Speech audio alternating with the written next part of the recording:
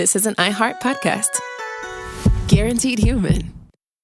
Support for the show comes from Public, the investing platform for those who take it seriously. On Public, you can build a multi-asset portfolio of stocks, bonds, options, crypto, and now generated assets, which allow you to turn any idea into an investable index with AI. It all starts with your prompt. From renewable energy companies with high free cash flow to semiconductor suppliers growing revenue over 20% year over year, you can literally type any prompt and put the AI to work. It screens thousands of stocks, builds a one-of-a-kind index, and lets you backtest it against the S&P 500. Then you can invest in a few clicks. Generated assets are like ETFs with infinite possibilities, completely customizable and based on your thesis, not someone else's. Go to public.com/podcast and earn an uncapped 1% bonus when you transfer your portfolio. That's public.com/podcast. Paid for by Public Investing. Brokerage services by Open to the Public Investing Inc. Member FINRA and SIPC. Advisory services by Public Advisors LLC, SEC registered advisor. Generated assets is an interactive analysis tool. Output is for informational purposes only and is not an investment recommendation or advice. Complete disclosures available at public.com/disclosures.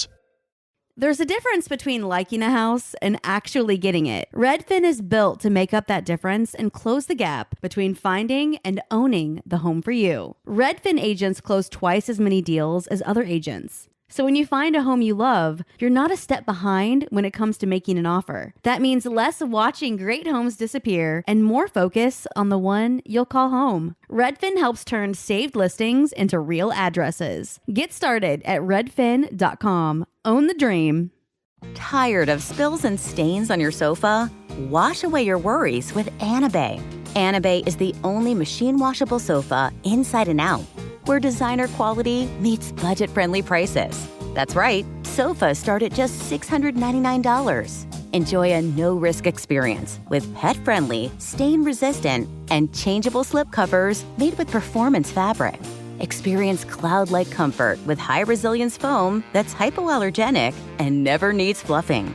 The sturdy steel frame ensures longevity, and the modular pieces can be rearranged anytime.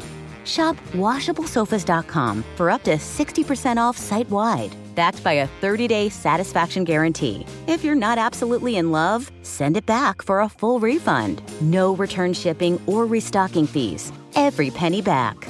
Upgrade now at WashableSofas.com. Offers are subject to change, and certain restrictions may apply.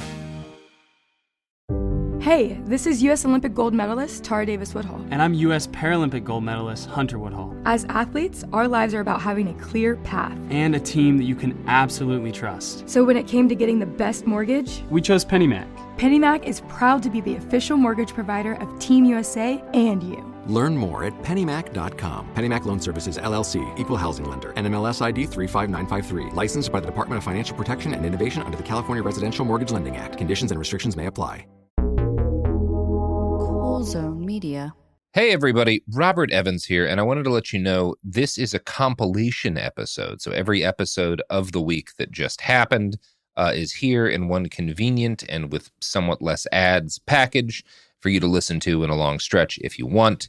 If you've been listening to the episodes every day this week, there's going to be nothing new here for you, but you can make your own decisions. Welcome to It Could Happen Here. I'm Garrison Davis. Last Friday, I teamed up with Lance from the Canadian-based politics show The Serfs to talk about the tragic events of last week in Tumbler Ridge, British Columbia. On Tuesday, February 10th, an 18-year-old named Jessie Van Rootselaar killed her mother and stepbrother in their home, then took 2 guns and went to Tumbler Ridge Secondary School, where she killed 5 students, 1 teacher, and finally herself. 2 other kids were critically injured with gunshot wounds, but have survived. The shooter did attend Tumbler Ridge Secondary School years ago, but dropped out. For the past 3 to 5 years, it's kind of unclear, Jessie identified as a transgender girl. Tumbler Ridge is a very small town with just 2,400 residents in northeastern British Columbia. This was the worst school shooting in Canada since 1989. The sequence of events during this incident were very similar to the Lelouch shooting in Canada 10 years ago, where the gunman killed 2 family members at home before going to a school. During our conversation, Lance and I discuss the spread of misinformation, how the online right has tried to weaponize the deaths of these people for their own political agenda, and how the shooter's online activity shows a growing fascination with mass shootings this past year. Here's that conversation.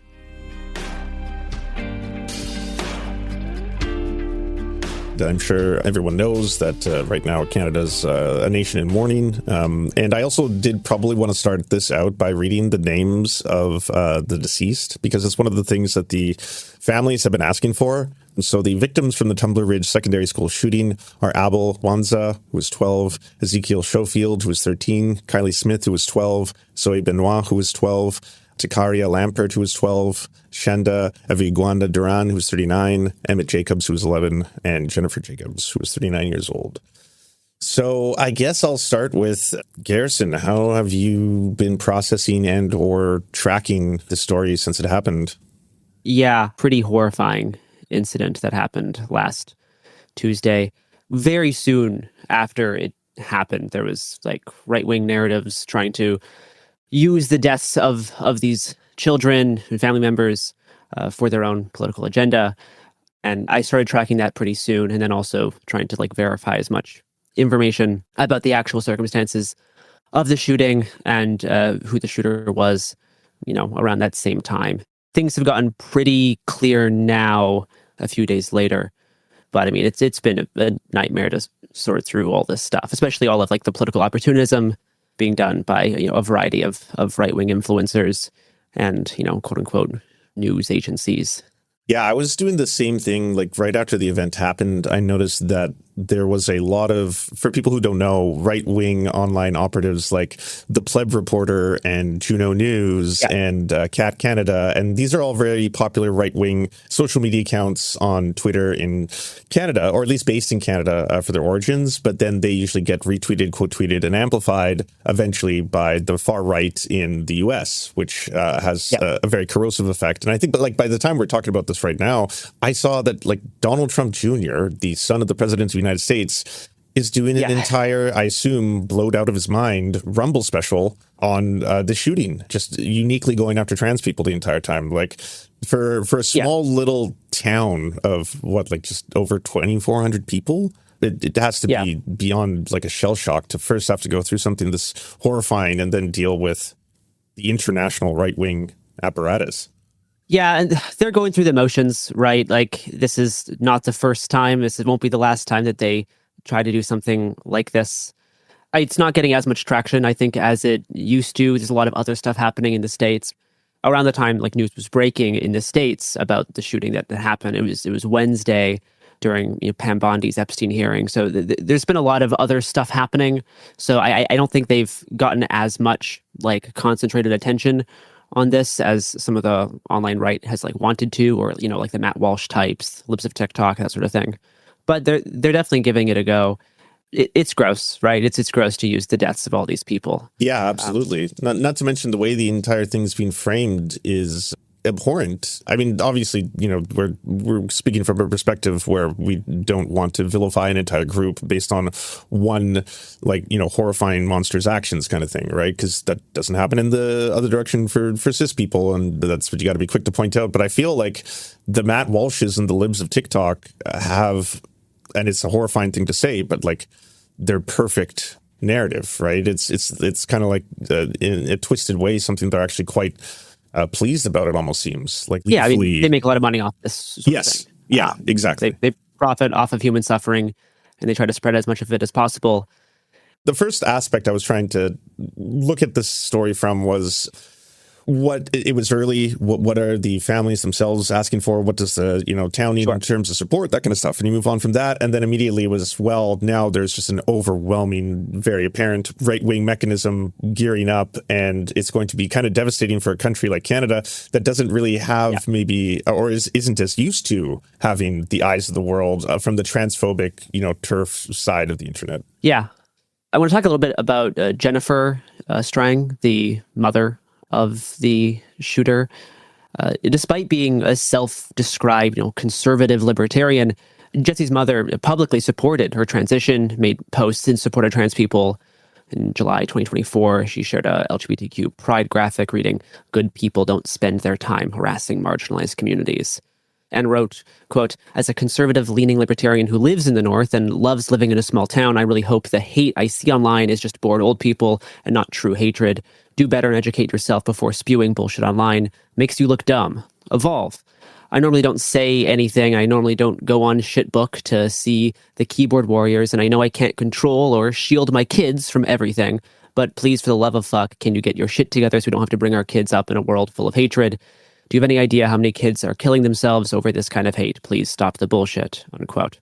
So pretty soon after the shooting, based on an early active shooter report describing the shooter as a quote-unquote female in a dress with brown hair, online right-wing accounts started trying to identify who this possible shooter was by looking at trans people in the area of Tumbler Ridge. They misidentified one person who is a relative of the shooter, but put out photographs of them claiming that she was the shooter. This person is now having to lock down all of their accounts and is scared to go outside due to the horrific wave of harassment they're facing. What is wild about that aspect of the story is I've seen accounts like the Pleb Reporter who popularized, publishing that photo. But I think Rachel Gilmore is the one who also pointed out that there was the misuse of a photo in an actual CBC radio broadcast image thumbnail as well, which is also kind of just shocking to hear because these are, again, innocent people who might have targets now put on their back because they're being directly identified as some kind of a mass shooter or monster.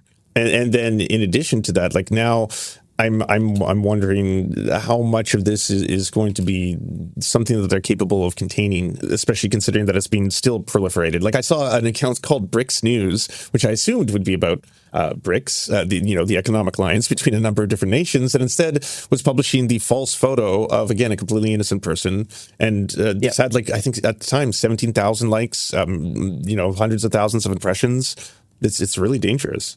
That's part of the intent here. Places like Kiwi Farms trailblaze a lot of this quote-unquote early research. And the point is to cast as large of an as possible to damage as many trans people as they can using horrific events like this. The cruelty is part of the point. And, blame gets laid at a combination of trans-enabled mental delusion, SSRIs, and hormones, saying that those things are causing the shooting. Well before we have any evidence to determine what types of medications someone could be on, who they actually are, or any possible motive. One kind of crude thing that I've seen a lot is right-wing accounts like, End Wokeness, allegedly Jack Posobiec, saying that, the shooter, quote-unquote, gunned down 35 kids to make it seem like, massacre of such a large magnitude, right? The number of kids that have been killed and other people as well, obviously is horrific. 35 people were not shot in this shooting, though. There was 25 people with non-gunshot related injuries as a result of the incident. And that is the number that people are framing as being, total number of people shot, which just isn't true. And then they also very quickly start sharing, unsourced graphs. I'm sure you've seen stuff like this, right? Saying that, trans girls make up the highest demographic of mass shooters per capita. You see these things go all over the place. By the world's richest man. He's sharing that a lot online right now. Yeah, and this has been a thing for the past 3 years, right? This is something they've been doing well before any actual incident can be even used to create data.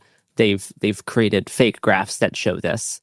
There's factors that get people to, believe these sorts of things, right? There is certainly a selection bias that determines which types of shootings gets a lot of media attention. Mm. And the other issue that I've talked about a lot in previous shootings is there's a lot of different definitions of a mass shooting. A mass shooting versus a mass killing versus a school shooting, right? All these are different terms.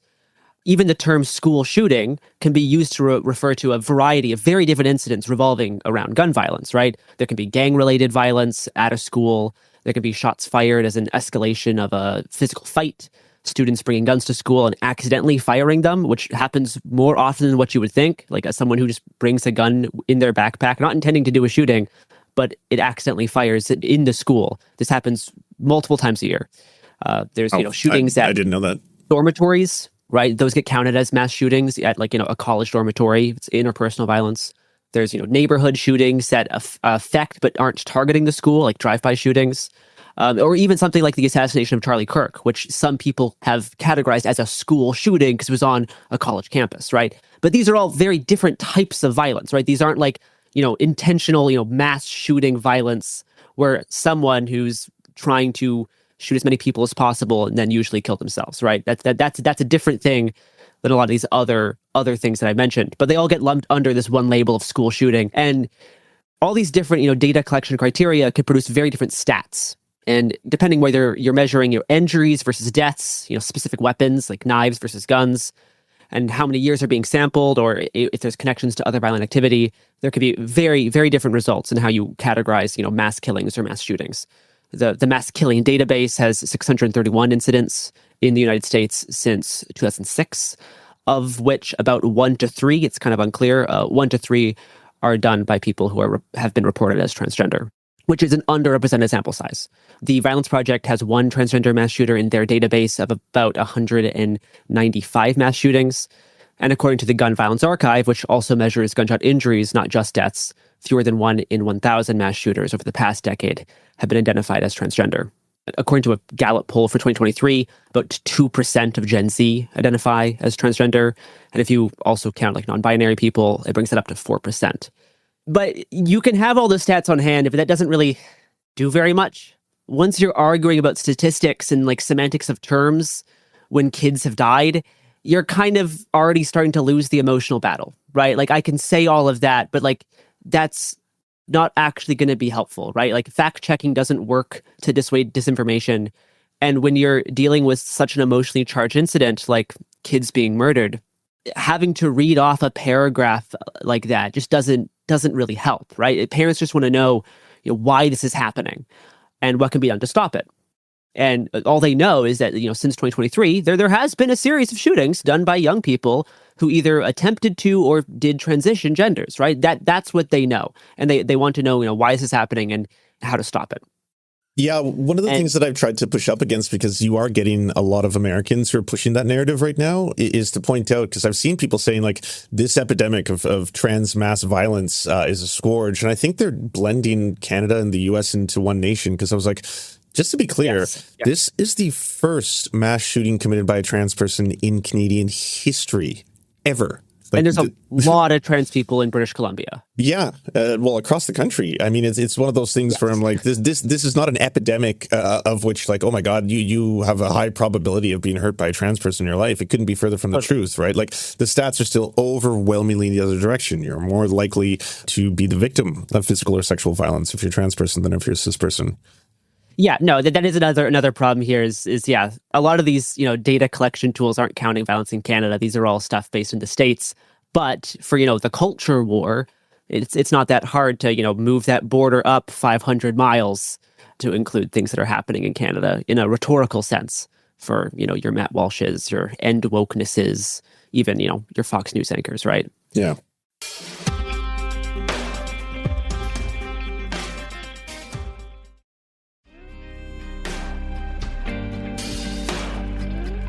This thing that people are talking about on the right, about this, epidemic of trans violence. What this has also done is created like a counter reaction from trans influencers to whenever something horrible happens like this, to blame these other groups like, 09A or 764, right? This has become something that's also now been very consistent. There is a kernel of truth in this. This is based on a real thing that has happened before, but the invocation of this has often, expanded greatly beyond its actual Can you explain it for people who are completely unfamiliar? Because I remember even a year ago, I had to start reading up on what is all this? Satanic cult rituals with participation requirements of self-harm and all this stuff. Okay. Yeah. So you see a lot of people now when there's news coverage, a lot of trans people who have, accounts online, talking about how, quote unquote, satanic Nazi pedophiles have groomed another vulnerable queer kid into doing a mass shooting. There's a semi-viral tweet on Twitter right now that reads, quote, "Fuck anyone talking about trans and not Atomwaffen. This includes the cops and the media, like the CBC and BBC," unquote.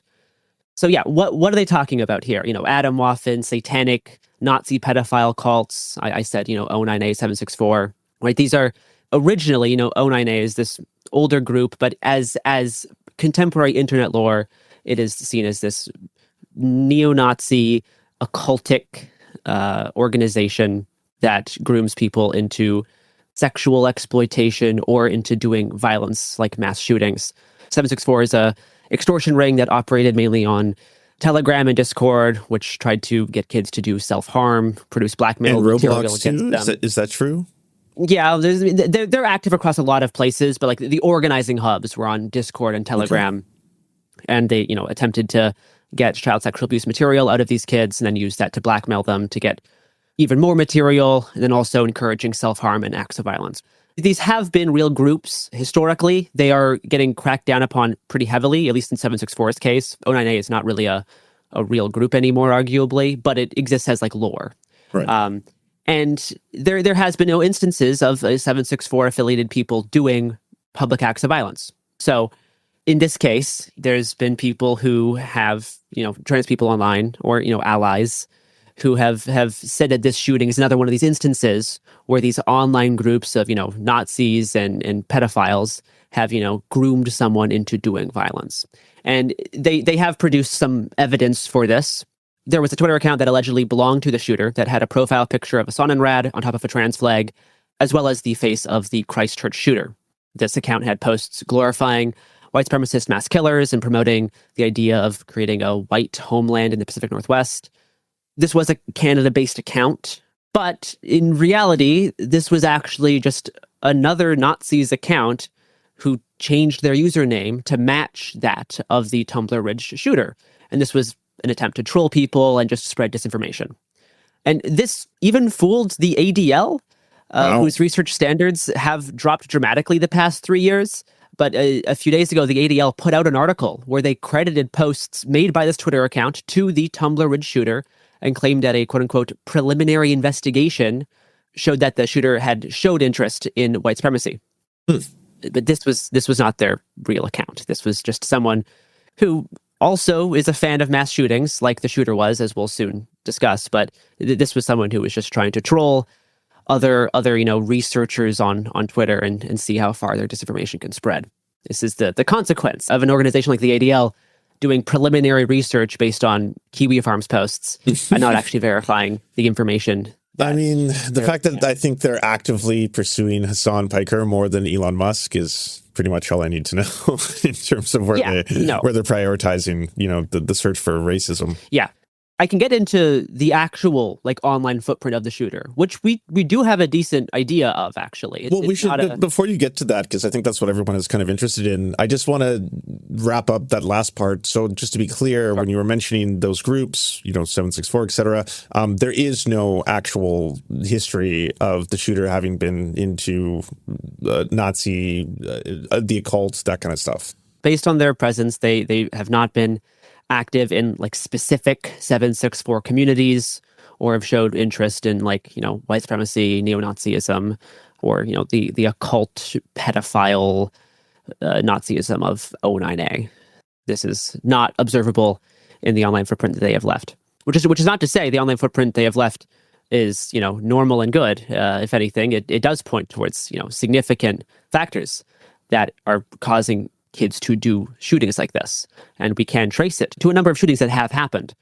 But the 09A 764 thing is more so like a meme at this point that people similarly deploy the same way that the right deploys this epidemic of trans violence. This has become like a counter meme to say that every time a trans person does something bad, it's actually the fault of 09A and 764. Right. Because there has been incidences in the past that could point towards that. Yeah, there could be suggestions in the past, and certainly when 764 was more active years ago, I mean, a lot of the kids they were grooming for child sexual abuse material were a lot of queer kids, because those kids are uniquely vulnerable and are looking for a community. But I mean, that is the majority of kids affected by 764 are people who have been groomed into self-harm or producing child sexual abuse material to circulate among the organizers of these groups.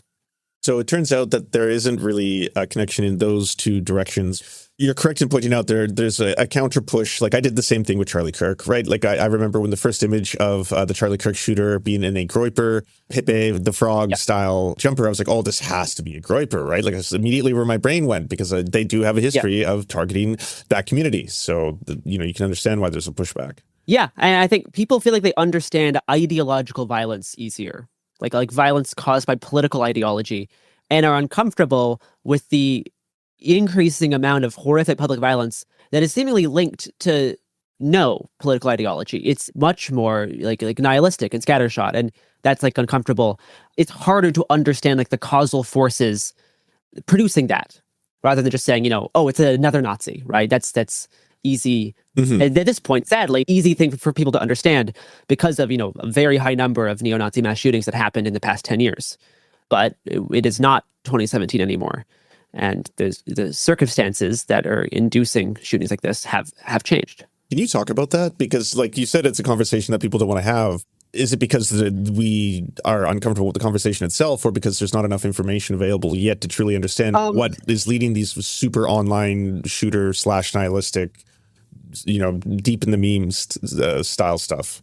Yeah, I think a mix of both. It is both an emerging phenomenon, so people have to observe it for a certain amount of time to see the pattern, and then also it's uncomfortable and it sucks. It sucks to be in these places and look at all this stuff, right? Like the past few days I've been looking at these horrible forum posts and reading about all kinds of bad stuff, and it sucks, and no one wants to do that. So I think it's a mix of factors, but I do want to talk about that. That's I have kind of like two sections that get into that. The first one based on her actual online footprint. The second one on more basic societal forces that I think is getting people to go so far to the social margins that pushes them to places like where the shooter hung out online. So in 2021, Jesse's mom shared a link to her kid's YouTube channel where, quote, he posts about hunting, self-reliance, guns, and stuff he likes to do, unquote.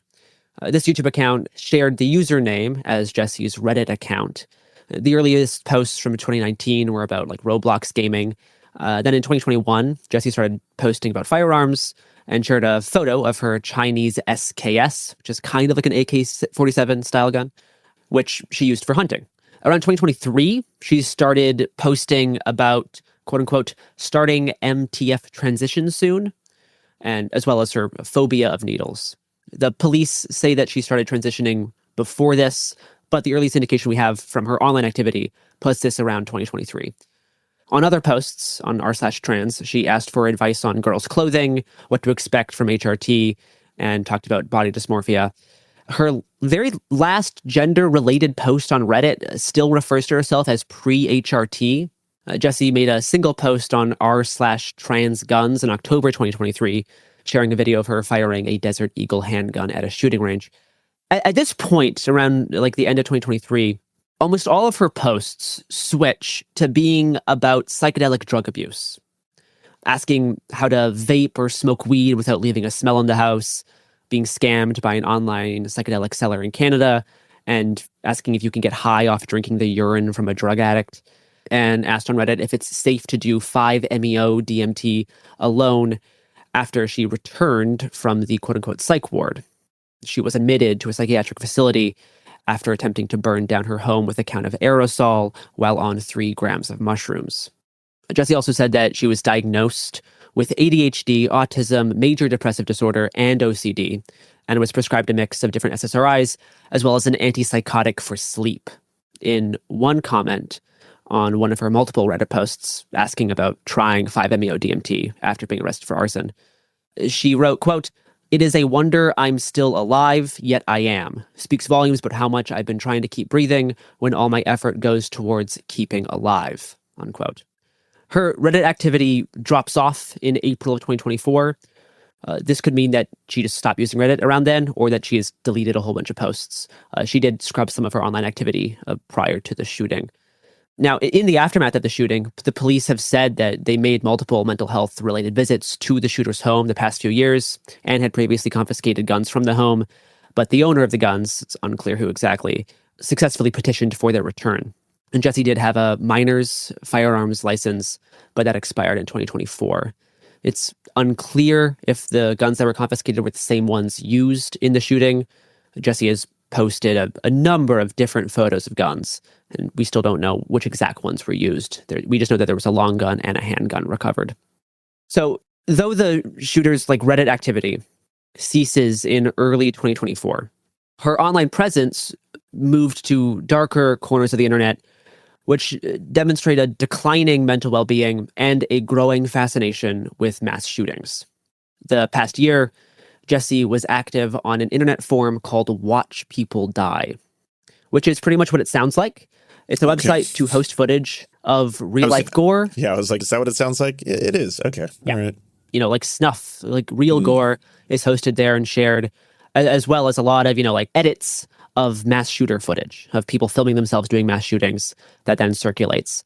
This forum is way more of like a social orbit around this recent wave of mass shootings than 764 is. And there is some crossover. There is some 764 people who are also, active on this forum. People who used to be 764, because that group is also, not really what it used to be. But this forum is its own thing. Rather than being linked to, explicit Nazi groups, the occultic 09A or the child sexploitation rings like 764, the shooter's verifiable online footprint suggests much more of a nexus of involvement with what I've been calling the school shooter fandom. They call it TCC, or the true crime community. And the past 2 years, we've seen an increase in shootings based on this like neo-Columbiner variety, right? People doing copycats of other school shootings. The Abundant Life Christian school shooting in December 2024 by Columbine cosplayer Natalie Samantha Rupnow, who the right falsely labeled as trans. There was also the Catholic school shooting in August 2025 by Robin Westman, who did at one point attempt gender transition, but later regretted it, and originally planned to attack an LGBTQ music venue. Now, Westman was similarly obsessed with mass killers and wrote the name of Rupnow on one of their rifles. Last April, a 22-year-old man in Florida was arrested for threatening to commit a mass shooting on Discord. The FBI believes that he was in communication with Samantha Rupnow prior to her shooting, and they both discussed with each other plans for their mass killing attacks. In September 2025, a 16-year-old named Desmond Hawley shot 2 kids before killing himself at Evergreen High School in Colorado. He also idolized Samantha Rupnow, replicated her selfies, and was active on the same forum, Watch People Die, that Rupnow herself was active on. So Jessie was on this forum, but Jessie also displayed other traits similar of the TCC group. Jessie created a mass shooting simulator game on Roblox, which was set in a mall where you act out a shooting, killing people in the mall. I'll talk a little bit about this forum specifically now, right? Like, this forum essentially exists to desensitize people to extremely violent content that glorifies mass killings. Jessie's very first comment on Watch People Die was on a compilation video of mass shooter footage, and she wrote, quote, "I appreciate this post." She also commented on another thread of mass shooting footage, quote, "I love these first-person perspective type videos. When a shooter records his or her own actions, it's always heat," unquote. The most worrying comment is something that, if police were aware of, should have been cause to prevent this from happening, came about 5 months ago in a thread on Watch People Die about the psychology of watching gore. She wrote, quote, "I find it addictive. It's hard not to watch violent content. I'm just drawn to it. I don't think much of it, though to say it doesn't affect me is likely naive. I'm sure maybe subconsciously it does. It just doesn't feel like a big deal. I'm drawn to substances too. It's easy to get high and just zone out into videos of this stuff. Does it impact my mental health? Mine's probably already fucked. I tried to stay away from watching this type of thing before because it really sucks me in and it's a massive useless time dump, but I never really saw any benefit. I think the R words in the comment section are more bothersome mentally than the videos, so I try just not interact with dorks. XD." And these types of sentiments are not like uncommon among people who regularly engage with this type of content. I think it's an unusual thing to ask you, but at this point, it almost seems as if like the two biggest things that are often blamed for mass shooting that I have to push up against, and I have been doing it my whole life, drugs, and in the other case, hyper online radicalization, right? The history that you're painting here kind of seems like someone who needed a variety of help. 100%. I'll reiterate that in like a sec. Okay. Yeah, I mean, as I was reading this this reminded me a little bit. There was a shooting a few years ago at a 4th of July parade, the Highland Park mass shooting. The sort of like writing that Jesse did in this post reminds me a bit of the writing done by this other mass shooter. Talk about like getting like sucked into like violent content, or this idea of like it like beckons you further into the concept. It's like almost like hypnotic. Very similar writing done by this other shooter. So one other post I'll reference that she made on this forum was a video of a father hanging himself in front of his children. And she claimed that her stepdad attempted the same thing, trying to kill himself in front of her when, she was just a little kid. And she wrote, quote, "I wish his bitch ass would have died on the noose then and there, probably better than beating your kids," unquote. So obviously, this person had like long-standing issues that at certain points seemed like better, right? Like around 2021, they seemed to be doing better, right? They were making, YouTube content about guns and hunting, and felt like they had some more of like had more of a stable social outlet. And then around 2023, with this like abuse of psychedelic drugs leading to this mass shooter obsession, it's like a pretty clear picture of like a mental spiral. 2 months before Jesse's own shooting, she did visit the Watch People Die profile for Samantha Rupnow. And if we're going to talk about like causal factors, right, and especially like in reference to, this idea that, parents have where, there has been a sequence of trans people doing shootings. You can argue about, the per capita percent rates or like stats again, but that doesn't go so far. But at a certain point, I mean, we have to all be comfortable, or maybe comfortable is the wrong word, but we have to like, realize that like as more people, transition, right? Gender is not this like immutable thing. As more people attempt transitioning, there's going to be some trans people who do bad things. This happens with every social group of people. To borrow from sociologist Mark Worrell, who wrote about the social phenomenon of mass shootings, like destruction of others is the means towards another end, the desire for self-destruction that the self was incapable of inflicting in isolation. A lot of mass shootings end with suicide, or trying to get the police to kill you through suicide. Like public shootings like this have a very strong suicidal component. And some people might not be able to do that themselves, so they need to create a social context in which they feel like they can. And at least in terms of the States, and to a smaller degree in Canada, like these shootings like exist as like this like cultural ritual, this like ritual of destruction of the self. And destruction of the self can include the social apparatus that makes up the self. And for like a young person, that's what? That's their family and school. The two things that were targeted in this shooting, right? This network that makes up like my sense of self as a 17-year-old, 18-year-old. That's going to be my family, which is, for Jessie, that's her mom. She's been separated from her father for a while, as well as her stepbrother. And then also this school that she used to go to, right? That's like the sort of, that's the network that makes up your idea of the social. And like I said before, like as the trans community grows, there's going to be some overlap between antisocial, mentally unwell individuals who act out a mass killing as a suicide, and disintegrated and socially underregulated people who try transitioning as a way to ease tensions, both internally and externally. And if anything, I think transitioning can often be maybe one of the healthiest ways to attempt to relieve some of these tensions. But like being trans is like a marginal position in society, right? And the people who commit school shootings and suicide through mass shootings are at like the very, very extreme end of social dysregulation and like marginal isolation. And some people in those latter categories will also try transitioning as a method of social regulation. And in Jessie's case, like considering all their posts about like mental health and drugs, never once is being trans cited as like a point of their distress. Like that's the thing that's causing them the distress. It is a method of relief, at least according to like their own writing on Reddit. Like the cause of the distress are these other things. And like people can blame mass shootings or mass killings on like any number of specific factors, right? Such as access to weapons, whether that's, knives, firearms, bullying, substance abuse, mental health, and lacking mental health services and like mental health oversight. But like the common base factor across, most of those things is that there's like social disintegration and deregulation happening. That's like a failure to balance like egoism and altruism, right? Like a healthy individual sense of self, as well as a place of belonging within a larger social group.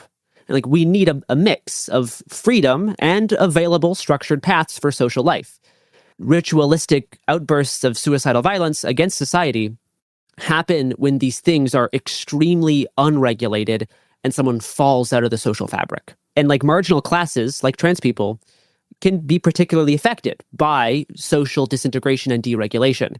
And like it's important to note here, like this isn't caused by some like vague medical condition like gender dysphoria. Like that's not causing the violence, right? Prescribed estrogen is not a causal force in this. We don't even know if Robin Westman or Jesse was even on estrogen. We don't know. But these things aren't causal. But, these are social positions that include, these larger social factors that affect large populations. One of those populations can be trans people.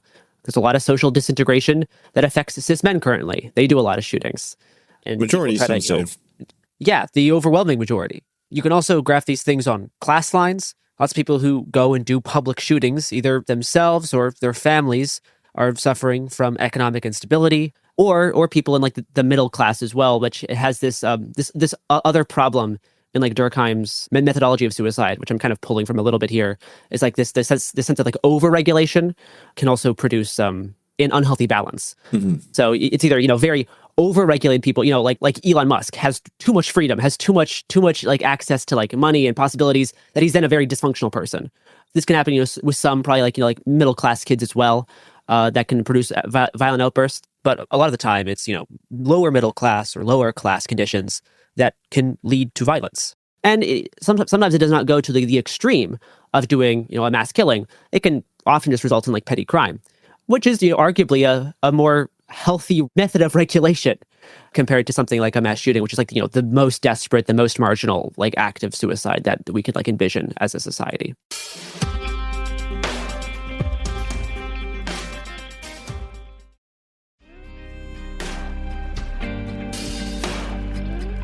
I just wanted to specifically say when it came to factors, you're distinctly not saying that video games were in any way responsible. And I know you're not, but people should know that when you mentioned Roblox, people like I think my mom and someone else asked like, oh, well, what's the storyline for Roblox? And I was like, it's like asking what's the story for Minecraft, right? I was like, yeah. I was like, these are world building. It's similar to seeing someone basically try and journal out their thoughts, right? I think in that she was building these mass shooting simulators. That wasn't her being influenced, I say, by some kind of like template that Roblox had. That was her showing, creating something to express something else. Yeah, and that sort of like cosplay or replication, very common among this, growing community of the true crime community, the school shooter fandom, which attracts a lot of people in marginal populations, right? Like the fact that Samantha Rupnow is like one of the first cis female school shooters like is notable here. And like a lot of like the early like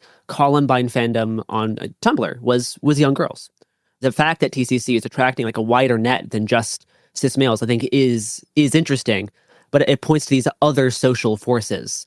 I think condensing it down to being like a certain mixture of SSRIs and HRT is what's causing this. Like there's or psychedelics, no evidence right? for that. Yeah, or psychedelics, right? I mean, like anything, these things can exist within a healthy equilibrium, right? Psychedelics can be a very healthy tool for people to deal with like mortality, and PTSD, any number of things. Yeah, no, absolutely, right? Whether that's MDMA, ketamine, or like mushrooms. Like mushrooms are being used to treat people who have cancer, right? To help them get comfortable with this idea of their own mortality. These things can exist within a healthy equilibrium of the social, but they can also exist in an unhealthy non-equilibrium, right? And I think the types of ways that Jesse was writing about psychedelics online, I think demonstrates a very unhealthy use of these drugs, especially as like a 16-year-old. Right. Like it sounds like self-medication. It sounds like unsupervised medication. And it also sounds like something that was most likely acting as an accelerant, right? Like if you already have a host of other problems, if you are introducing a very large amount of incredibly powerful, like, psychostimulants into, what you're ingesting every day, then it's going to have potentially very, very dangerous outcomes. Yeah. Again, these are largely correlating factors, not causal forces, right? The causal forces is this like social disintegration and deregulation, of which, abuse of psychedelics can do a lot of damage to your sense of self and your sense of self within like a larger community. And the fact that I think like specifically, the lacking mental health services, lacking like oversight of these things in terms of like a policy outlook, like these are things that we as a society should be putting more work into if we actually want to start solving this problem. I mean, you can get into, larger things about, like the alienation of like quote unquote late stage capitalism, which, also can be a factor in this. But, another accelerant, right? Like I think a lot of these are accelerants, right? Yeah. Where every other thing that you've been listing, and then it seems to me like, this compounded upon this, which compounded upon this, and eventually led, someone to looking up more and more extreme content. Yeah. One thing that I do want to mention, which I've kind of seen discussed, is like this term like radicalization, saying that, she was like radicalized into this like violent content. This is more like a semantic note. I'm not sure how useful like the term radicalization is in this case. If anything, I think she was like desensitized to horrific acts of violence through repeated viewing, and was in communities that encourage this sort of thing. I think that's the way that I'm framing it, as opposed to, radicalization makes you think of like politics and like ideology. Right. Or not Nazism or white supremacy or something like that, right? Yeah. Yeah, and it's like a higher calling. It's not that they're getting like politically radical. It's that they're dropping out of the social fabric, right.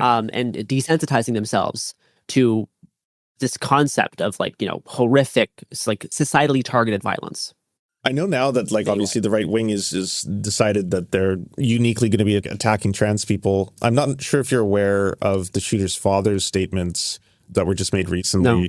The father intentionally uses terms like "I am the biological father," refers to her with he/him pronouns, says that he wasn't allowed to raise her, that she was taken from him. Part of me is also really fearful that this is going to be maybe the future of the Matt Walsh libs of TikTok circuit, right? Here we have the case, sure. the number one horror story that every right wing personality always talks about, right? Or that the myth that Elon Musk perpetuates. Yeah, exactly. That this is somehow negatively impacting their children. No, yeah, that is a good thing to keep an eye on. I have not seen that. In terms of like your analysis, and I appreciate it, by the way, a lot. I hadn't thought of it in those terms, in terms of like disconnecting from the social fabric itself. Is there things that can be done? Like, is there recommendations beyond, like, obviously, late stage capitalism, mass alienation, and not solving that tomorrow? Sure. So yeah, I mean, I'm not sure if I'm going to be able to solve that on a stream. No, you have to. On Friday the 13th. Isn't it called? It could happen here. Let's let it happen. Come on. I mean, yeah, like there's a lot of things that we can do, like even just like increasing like social services, right? Like funding social services can be a thing. Like what can we do to strengthen the social fabric, right? Give people available paths for their life. That's through education, free college. Make life actually feel like you have a way to exist within a social matrix. Canada already has, compared to the States, fairly restrictive gun laws. Those are a factor, but there's even mass killings like this that happen, in Europe, where people find other means of enacting them besides guns. Or Japan, so, it's swords and knives oftentimes. Yeah, right, yeah. So like these things have some like based social aspects that are going to be the things that solving is kind of more challenging, rather than just taking away guns, making drugs that are already illegal harder to get. Right? These things aren't going to actually eliminate this problem. But I mean, funding social services can be an aspect of this. Having more comprehensive mental health care, free health care check-ins. That's a big thing in the States. Canada has that to some degree, but still, there's obviously room for improvement. But I mean, yeah, solving these like larger social problems, that's the question of the 21st century. Yeah. And I mean, based on the story that you're telling and the research you did, it does really seem like this is one of those cases where this doesn't happen often, but when you see it get to that end state, this is pretty much right. The patterns become a lot more evident. The obsession with prior shootings, the mental health episodes, and now the combining that with a very, very prolific psychedelic drug use. And then here we are. Yeah, I mean, this person should not have had guns, right? At a certain point, their guns were taken away, or guns in the house were taken away. If police knew about their activity on these forums, I'm sure this wouldn't have been returned. So there's certain things like, parents being more aware of these sorts of like online spaces, the school shooter fandom, picking up signs of, social isolation, how much time your kid is just spending alone on the internet, and you might not be knowing what they're doing. So solving that's, hard because the solution for a lot of states is just like increased surveillance on platforms like, Discord, age verification. But those types of, guardrails don't exist on a forum site like Watch People Die, right? You can have a very, safe, regulated Discord, which just pushes people to, even more niche, even more dangerous parts of the internet. Watch People Die started as a Reddit page that was, taken down like 7 years ago. And now it's, a far less regulated, thing that kids are spending a decent amount of time on. But, being aware of, the risks of this type of like social isolation, is also a start. And ideally, we do not have a forum site, dedicated to glorifying mass killings. But banning a website is not so simple. It's easier said than done, figuring out a way to take that down, right? I mean, same problem with, like 8kun or like, 8chan back in the day, 4chan. And eventually Kiwi Farms. Right. But this one seems blatant to the point of illegality. And I know you don't have time for me to start a whole topic, but like, how does that exist? I mean, like, 8kun's also illegal, right? They host a lot of illegal content there. It's finding a way to take it down is still tricky. There's a lot of websites host illegal stuff. Just because it's, illegal does not mean it's gonna be solved. Like, the legal pathway there is tricky. But isn't the rule of thumb typically that if a lot of those companies that provide them with the necessary like DDoS security, their like through line seems to be as long as it's not illegal, right? Like if you're not running a child sexual abuse material website, if you're not running like an assassination or cryptocurrency like drug site, you're fine. Like, but that just in practice doesn't work. I'm unsure of the current hosting situation of Watch People Die. But I wouldn't be surprised if they went through the same kind of loopholes by registering at like a certain foreign country that has very loose guidelines. Like, that was the thing with like 8kun for a while. But yeah, I'm actually unsure of the current like setup that Watch People Die has. Yeah.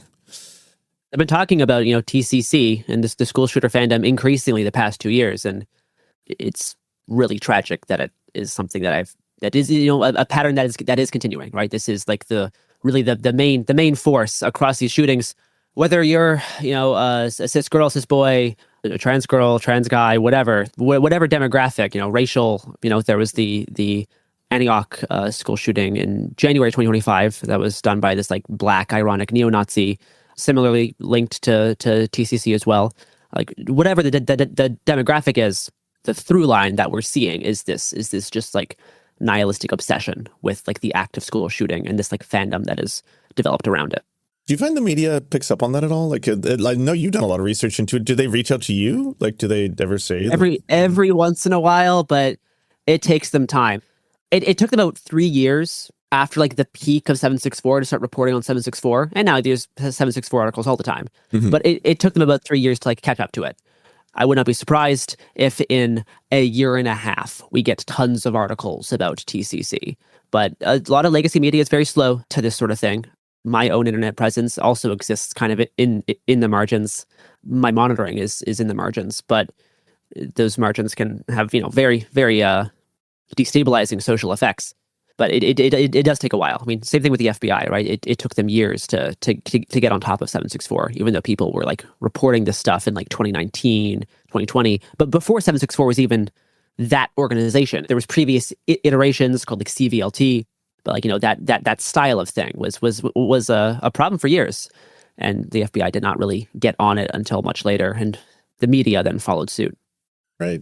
I do appreciate. And I just don't have trust in the current American law enforcement apparatus to really be on it right now. I can't. I'm unsure of how that works in Canada at this point, but certainly, I don't think Kash Patel's FBI is going to be on this one super well, even though they been trying to push some stuff with like the nihilist violent extremism label, which does cover stuff like this, but. I know this is controversial, but in my opinion, it almost feels as if Kash Patel is actively trying to push narratives that will benefit this entire story that we're talking about in the opposite direction, right? Like if you're trying to push a narrative that Charlie Kirk's shooter, and we're not going to change topics, but I'm just, bringing this up because you mentioned Kash Patel, you're trying to push that narrative that he was in fact trans or inspired by trans ideology or inspired by furries or furry culture, etc. They've tried everything. And now we're at the point where it's like the loosest of connections. It's like, well, there may have been a lover. who is or is not, may or may not be trans or non-binary. We're not sure, but that's enough. We got it. Kash Patel will push the story. I mean, yeah, this administration comes out of the same kind of network of influencers who try to grossly use horrific events to their own ideological advantage, including to, attack groups of people that they find to be bad. It's wild because it turns out they're all pedophiles. They're all part of an elite group of insiders. And so let's start talking about the Epstein files for next time. My brain is complete. I know. I'm just joking. Where can everyone find you and your incredible work outside of listening to the amazing It Could Happen Here podcast? Yeah, well, I mean, I occasionally post about Yowie on X, the everything app, at by Shonen Type. I'm trying to post more about Yowie on Blue Sky. There's just not as much of it. But, maybe I should be the change I want to see. Is it not friendly, the environment? It's more so that there's just not as many Yowie artists on Blue Sky.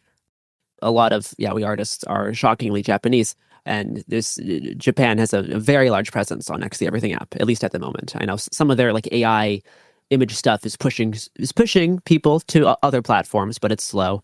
But yeah, I'm on those two places. I also occasionally post photography at Instagram, also by Shonen Type. And I suppose if you enjoyed listening to me getting informed by the information you heard here today, you should check out youtube.com/@thesurftimes, where I post videos. And this one too will be there. Hey, you can look at me in a black turtleneck talk about sad things. There you go. If you enjoyed the audio version and you want to see the visual version of it, head on down to youtube.com/@thesurftimes. Thank you so much for joining us today, Gary. I appreciate it. Yeah, thanks for having me. It was a ton of fun. Well, actually, it was sad, but it was very informative. Yeah, that's the needle I try to thread. Absolutely.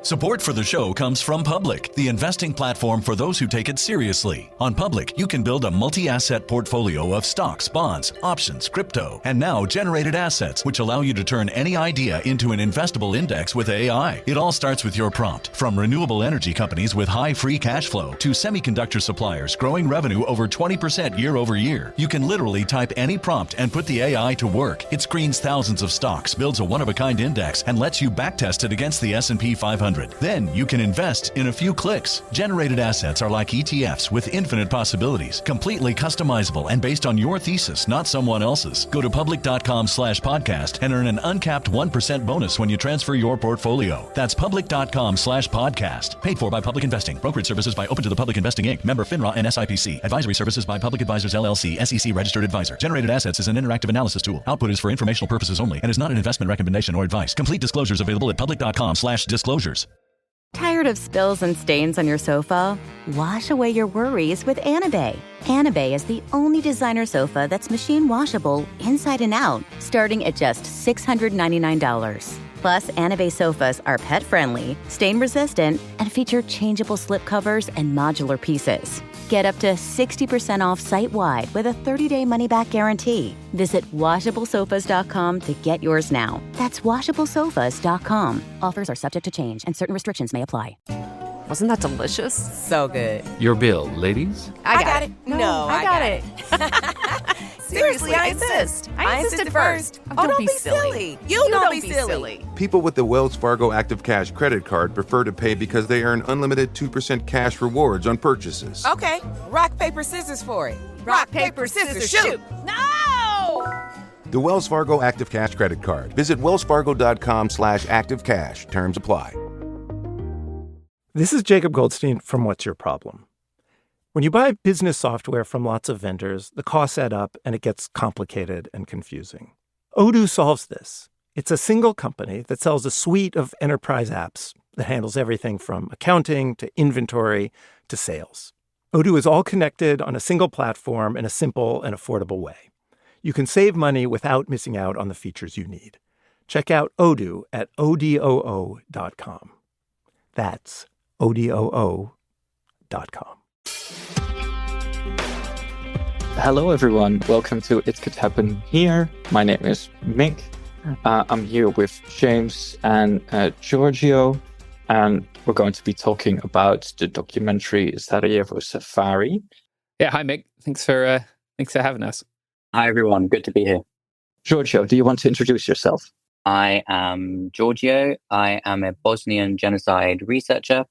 I'm also the founder of the educational tool Voices from the Drina, which is a new educational resource on the genocide in Eastern Bosnia in particular, which allows researchers to follow the events of the genocide through a simulated social media style newsfeed.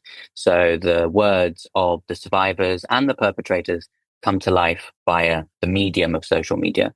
I'm also a member of the fantastic mutual aid group Lambeth Mutual Aid in South London.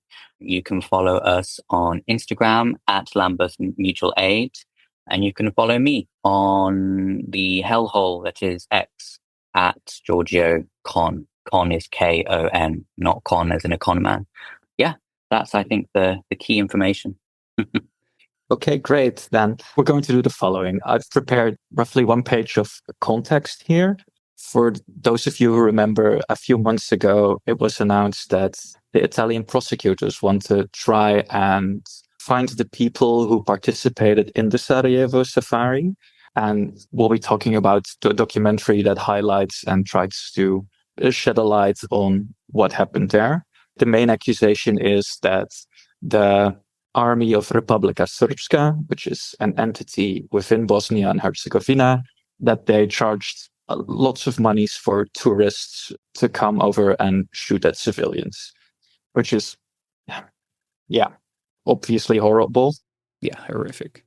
Nowadays, Bosnia and Herzegovina is divided into 2 parts, which is like the Federation of Bosnia and Herzegovina and the Republika Srpska, which is essentially the territory that the Republika Srpska army gained during the war. Because I don't want to be there any confusion as to who the parties are, but it's pretty much 2 entities living in one nation state. Yes. So after I've given some context on what happened during the Balkan Wars, which led up to this event, we're going to be talking with Giorgio about the documentary. Unfortunately, the documentary is not available with English subtitles, so I'm glad we're having you with us, Giorgio, to illuminate us a bit more. So I also want to preface that obviously it's not a thorough history of what happened there. That would be way too much information to condense into one episode. Also, while this episode will focus on the plight of the Bosnian people, I do want to note that pretty much every side in this entire conflict did horrendous things, committed atrocities, and I think I would be remiss if I didn't mention that. So we're going to start with, like so many things, the Second World War, around the formation of Yugoslavia as a communist state, with the Serbian city of Belgrade being the center of power. The Balkans were a major point of conflict during World War II, with a lot of different parties and state actors trying to gain control over the region. Germany, Italy, Hungary, Bulgaria, and Albania as some of the main actors. A variety of alliances and other entities were formed, which would all later be used in ethnic and ethnic nationalist discourse as a way to highlight the specific ethnic grievances. As a federation, Yugoslavia contained multiple ethnicities: Serbs, Croats, Slovenes, Macedonians, Montenegrins, and Muslims, which would later become called Bosniaks, and that's how I will be referring to them. So, at the end of World War II, Joseph Tito would be the dictator of Yugoslavia, and he would try to counteract all this ethnic dissent and friction by promoting something that he called brotherhood and unity, which sort of put Tito on a pedestal as a fatherly figure under whom everyone from all the different factions and ethnicities would be equal as Yugoslav people. This was only partially successful. The friction was never really resolved. And after the death of Tito in the 80s marked the beginning of the end, it coincided with an economic crisis that sort of made all the different republics, where all the different ethnicities were centered, beholden to themselves. It became a bit of a free-for-all. So after that point, like ethnopolitics and ethno-nationalism became the focus of all politics. Just to be really concrete, like with ethno-nationalism, we mean like a form of nationalism that is based solely on ethnicity, not on citizenship or participation in a community. It's a lighter version of the blood and soil politics that became very synonymous with a certain German period of time. So what happened with this ethnic-centric discourse is that perceived and real grievances became central to almost all politics, most notably, but not certainly exclusively, under Slobodan Milosevic, who came to power late 80s in Serbia. Ethnic rhetoric would be the focal point for his politics and a sense to power. He would say things that would turn into slogans, and with that captured a vital part of the animosity that a large part of the Serbian population would feel. Phrases like, a weak Serbia means a strong Yugoslavia, hinting at the decline of Serbian power and in the way they perceived this sort of slow fracturing that Yugoslavia was going through. Another one was in response to a Kosovari Serb who was allegedly beaten by a Kosovari Albanian. And Milosevic said, no one should dare beat you, meaning that by virtue of being Serbian, they should be granted some sort of additional status or some sort of untouchability because they were ethnic Serbs. These examples serve to make clear that the changing and growing public opinion among the Serbs was that the only way for them to be secure and safe was as a national state controlled by the Serbs. So the whole idea was that they would control the entirety of Yugoslavia and that their ethnic group would be in control of the majority of the political institutions that were present there. As I think you both can imagine, this did not go over well with other ethnic groups. Yeah. So we're just not very keen on being part of a federation controlled by the Serbs. In March of 1998, the Croatian War of Independence started. And later that year, Slovenia did the same. Both these instances sparked a war already with the Serbs. Bosnia and Herzegovina followed later. A referendum was held in early 1992 on whether or not they were going to secede. They chose to secede. And in March of that year, Serbian forces attacked Bosnia and claimed towns and terrain that they deemed to be Serbian territory. Near the end of May, the Yugoslav People's Army attempted to gain control over the Bosnian capital of Sarajevo, but failed to do so completely. At this point, the battle became a prolonged siege that would last until February of 96. Just to add a little bit more about the location, geographically speaking, defending Sarajevo was really difficult. The city lies between several mountains, which made it very easy for Serbian forces to set up artillery, ordnance, and snipers. These would have very long lines of sight and greater range due to the elevated positions that they were set up in. If you look at a map of Sarajevo with like the terrain for Google Maps or something, you can see how much elevation there is all around the city. Mm-hmm. Roads and passes leading out of the city were blocked by Serbian forces, and once they had full control of the airport, there was little to no way for food, medicine, or reinforcements to be deployed there. Within the city itself, Serbian forces also controlled a majority of major military positions, with additional snipers being positioned around them. Multiple areas became incredibly dangerous to cross or approach, particularly the main road leading towards the airport. It became known as Sniper Alley. And I think it is in this context that we should start to discuss the documentary and allegations. So, yeah. Anything to add from either of you? It might serve to explain how in the greater European political landscape, entities on the right, I guess in the global north generally, began to sympathize with actors in the former Yugoslavia, right? And how, like, maybe we can draw some lines between them based on their definition of nation, what they considered a nation to be. If that's something you'd like to explain to people. Yeah, absolutely. I think what's really important to stress is that when it came to Bosnia, and it's still the case to this day to a lesser degree, the Bosnian Muslims, the Bosniaks, found themselves at this very peculiar intersection of oppression in which you had the Western European right framing the war against Bosnia as a restoration of Christian Europe. This was what how John Major was talking about it, who was then the Prime Minister of the UK. It's also the kind of language we heard from Mitterrand in France, and to some extent in the Clinton administration, after Bill Clinton read that horrendous book, Balkan Ghosts, by Kaplan. His administration's rhetoric began to change and sort of framing this as this inevitable, clash between these perpetually fighting tribes in the Balkans. The legacies of that rhetoric are still heard in today's journalism. I can't count the amount of times in even left-leaning, supposedly Western journalistic publications, I've seen the word Balkanization being thrown around.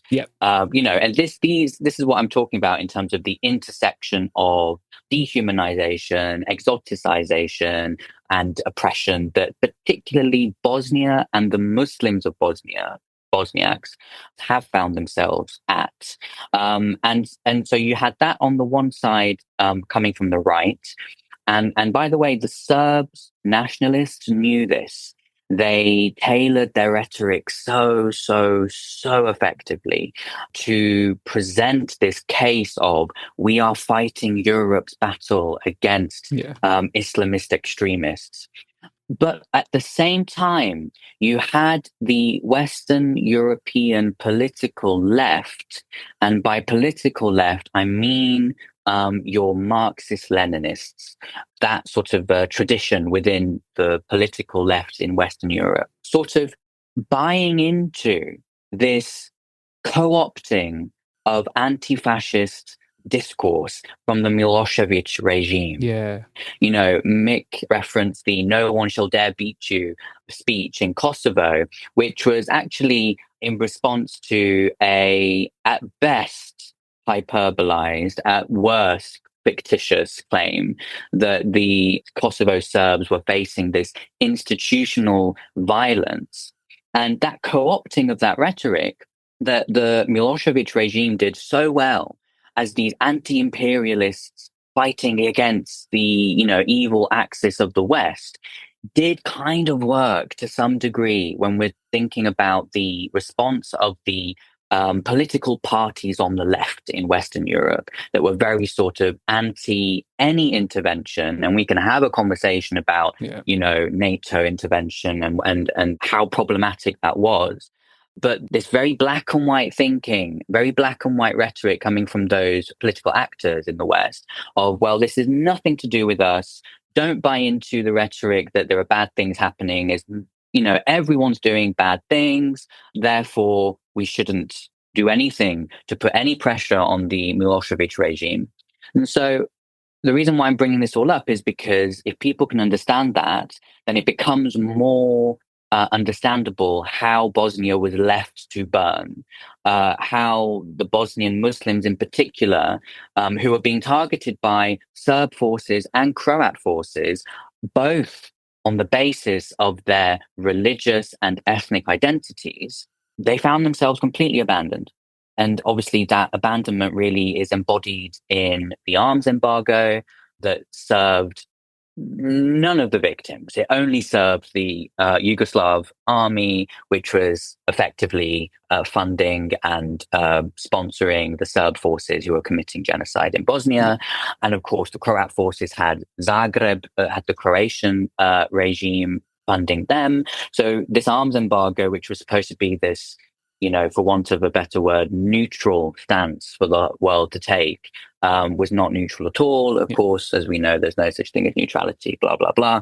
But this was really how it became possible for such a high number of people, the vast majority Muslim people, to be killed whilst the genocide was being televised. Yeah, that's super important.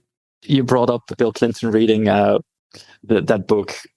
I thought of putting it in there, but I didn't want to besmirch Bill Clinton's good name here. But essentially what that book does is it sort of, and correct me if I'm wrong, it sort of puts forth this clash of civilizations kind of rhetoric where these two people are so different, they will always inevitably clash and fight and kill each other as sort of a biologically determined factors, almost. Mm-hmm. Yeah. I mean, we see a similar sort of thing. I mean, there are specificities to Palestine, but we see a similar sort of thing with the sort of liberal, humanistic rhetoric of let's view what's happening in Gaza as beyond ethnic labels, and we're going to see the humanity behind everyone. And, I saw there's a German comedian who was putting up posters of Palestinians who had been killed and Israelis who had been killed, and removing the ethnic labels and just putting human killed. And it's going back to this, what you're talking about in terms of, here are two communities that are always fighting each other, and we lose sight of everyone's humanity as a result. And if they would just stop fighting, if they would just, stop for a second and look beyond the labels, then the world would be a better place. And it's all, in my opinion, tied up in the same illogic as that book was getting at. A sort of I don't see color approach, but to conflict. Yes. Okay. Yeah. It's a similar narrative that's deployed in Syria and Myanmar, actually. Like it's the go-to response of neoliberalism when they have absolutely no understanding of a situation beyond that there is conflict there and people are dying, right? Like it's a very easy response for anyone, a politician or an NGO or who wants to write a shit book. Like it's very easy to do that and to sell that narrative, right? It's very appealing to people who don't know fuck all about it. Yeah. And I also want to add another thing, because nowadays Bosnia and Herzegovina is divided into two parts, which is like the Federation of Bosnia and Herzegovina and the Republika Srpska, which is essentially the territory that the Republika Srpska army gained during the war. Because I don't want to be there any confusion as to who the parties are. But it's pretty much two entities living in one nation state. Yes. This was also like a recurring theme when I was in Bosnia for my master thesis. There is a deep sentiment with the people, but also politically, that Bosniaks were left to their fate because Bosnia and Herzegovina is the only Muslim majority country in Europe.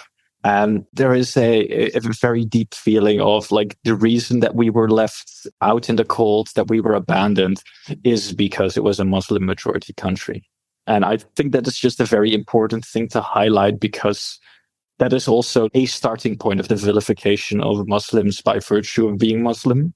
That sort of ideological war of the West versus the Eastern Muslims that sort of started to coalesce around that time. I don't know if I'd say it was the start, but what I would say is the legacies of Europe's obsession with the Ottoman Empire really came to the fore in Bosnia, because a lot of the rhetoric and the discourses that were being produced by Serb forces hinged around this idea that we, the Serbs, are finishing the job that we started in the Balkan Wars of the 1800s and 1900s. We are finishing the job of getting rid of this remnant of the Ottoman Empire, the Muslims in Bosnia. And in fact, I always go to a piece of footage from the 11th of July, 1995, when the general of the army of the Republika Srpska, Ratko Mladic, who is serving a life sentence for genocide, his forces entered, they invaded Srebrenica. Srebrenica had fallen, and he says to the camera, "We have come here to take revenge on the Turks." And I think that really embodies what I'm trying to say here, which is that these legacies of this clash of civilizations that was sort of prominent in the various wars against the Ottomans came back, and they were redeployed, they were reactivated by Serb forces in particular, but also Croat forces to a lesser degree. And, I go back to what I was saying before. John Major saying this is a painful but inevitable restoration of Christian Europe. On some level, Western Europe was buying into it on some level. Yep. So, yeah, I don't think it was the start of the vilification of Muslims, but I think that it was intertwined with previous legacies that were reactivated. Yeah. And this was very much like the zeitgeist at that time, right? Like Huntington's writing Clash of Civilizations then. It seems like a lot of the response in much of the world to the end of the Cold War was to create another enemy, and that became Islam. That's sort of the discourse after Fukuyama. Sorry to mention Fukuyama, but like people didn't want there to be, apart from him, like an end to the conflict over how to organize our societies, and because that's a ludicrous thesis, and so they very much I think a lot of the sort of fear that plays such an important role in politics in many of our countries was remobilized in this Orientalist packaging towards Muslim people that, as you say, built on centuries of bigotry. My only engagement with the conflict when I was much younger was that somebody who I knew through cycling had previously been a football hooligan. I think that's probably how he would describe himself. There was a great deal of exchange in fan violence, I guess would be the academic term, between the former Yugoslavia and the rest of Europe, which was an interesting and not great way to learn about things. I mean, what's interesting is that there has been a direct connection between the far-right nationalist gangs, the paramilitaries that committed atrocities, and some of these Serbian football clubs, and in particular the ultras in those clubs, because those football clubs were the sort of gateway for mafia bosses to transition back into normal society. So, yeah, it's a very interesting area of the broader conflict. Yeah, I think at this point we should get back on track a bit. Yes, let's talk about the thing we came to talk about. Yeah. We're going to talk about the siege of Sarajevo and the documentary Sarajevo Safari. But first, we should experience the prolonged siege of advertisements.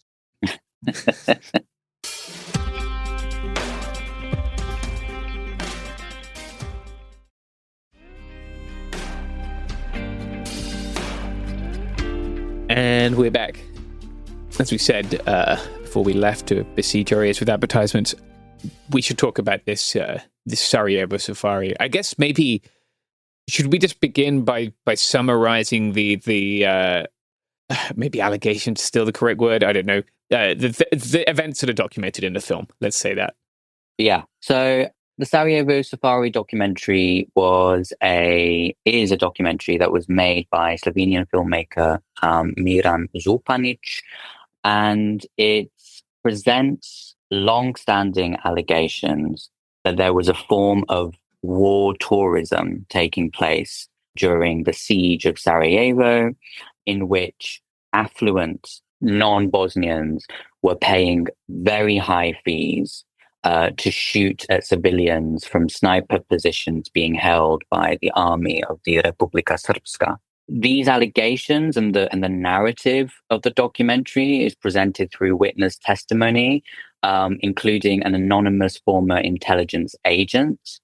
And the film and the sort of the testimonies that are part of the film claim that this war tourism, or this safari, this human hunting game, effectively business, was a sophisticated, organized, and secret operation. One of the most shocking allegations that the documentary brings to light is that these non-Bosnian tourists, for want of a better word, would pay even more money to shoot at children. Now, in total, I mean, we don't have exact figures for various reasons that are very complicated. It's estimated that over 11,000 people were murdered in Sarajevo from these snipers. So the fact that this documentary is presenting these allegations that it wasn't just a Serb affair and that there were other nationals taking part in these crimes is huge. It is huge. Yeah. So that's kind of the gist of what the documentary is trying to put across. Obviously, there's more that I could say about the context and about sort of the context of the case that has been taken up in Italy. But we can talk about that as we go along. Yeah, I think one of the allegations is also that there's like tourists from like the United States, from Canada, from Russia, and also from Italy. To not go down the rabbit hole instantly, I just wanted to ask you, Giorgio, because I first heard about this film when I was in Sarajevo. And back then, my first instinct was that this has to be some sort of conspiracy theory. And that is partly to do with the person I interviewed back then and the way it was presented to me during that interview. But also because I don't think any of us is shocked at the atrocities and the crimes against humanity of war, but this somehow feels like another level. So what was your first impression as a Bosnian genocide researcher to something like this happening? My first reaction was, I mean, I don't want to take away from the gravity of the documentary. I was shocked but not surprised. So it is shocking that this sort of spectacle of violence was happening to that extent. In the same way that it's shocking that the concentration camps of Omarska, Trnopolje, Karaterm, all of those concentration camps were being televised and were still in operation. I mean, yes, eventually the international pressure shut them down, but it took a long time. That is all shocking. It is shocking that the peace agreement that brought a formal end to the conflict legitimized simultaneously the political project of the Republika Srpska by recognizing the entity. All of these things are shocking. So for me, the allegations of the documentary fall into this broader abject failure and complicity of the so-called international community in the crimes that were being committed in Bosnia. So that is why I'm not surprised. It's shocking. The content is shocking. The fact that it was able to happen is not surprising. And I think the documentary speaks to the broader complicity of so many layers of society in the atrocities that were being committed. Let's be real. Let's be really, really blunt here. The countries from which the tourists came are not the only countries that are implicated in the atrocities of the war and genocide in Bosnia. You had far-right volunteers from Greece who were being trained by Ratko Mladic's army, who were in Srebrenica on the 11th of July, that the Greek state has never investigated. You had banks in Cyprus that were allowing Milosevic to funnel his money into them during the embargo. There are so many states who on some level have played a role in the atrocities that have not held themselves or their nationals accountable. So, yeah, that is my reaction, if that makes sense to you guys, Yeah. Like, we live in an age where most people's thoughts are directly transcribed to their social media profiles at all times, right? And I think it is probably easier than it has ever been for us to bear witness to a genocide as multiple genocides are occurring, like at the time that we're recording, right? But obviously that's the most, I wouldn't even say the most well documented. The one that certainly gets the most social media attention is the one happening in Gaza for pretty obvious reasons. People are probably better placed now to understand this in the context of a genocide than they would have been 5 years ago, even, right? That the project of a genocide has happened so in the open. And then they have seen nations which claim to be opposed to these things and institutions which were created to stop genocides do nothing. So I think it's probably easier than ever for people to understand the dehumanization that happens and the way that these things progress. But I wonder, like, it's just such a, like you said, Mick, like, it's one thing to go to war, right? And it's another thing to have war come to you. Like I have traveled to report on wars, but as you said, right, like war is incredibly violent, and in this particular war, acts of inhuman violence happened often, and from a great deal of actors, right? But like, it's one thing when it is your community that is under threat, your family have been killed, and then you respond with violence. Like, it doesn't make it right, but that is how war is. It's another thing to pay to hop on a flight and go and shoot a child. Like, that is particularly craven. So I wonder, like, it seems like the cases, the prosecutions are mostly focusing on like people from the Italian far right. Mm-hmm. Do you have an idea if like this was for them part of that project of like doing a second Reconquista, right? For want of a better term, like purging Muslim people from Europe, or if it was simply the thrill of killing other humans? I think it would be remiss to try and detach the thrill of killing humans from who those humans are.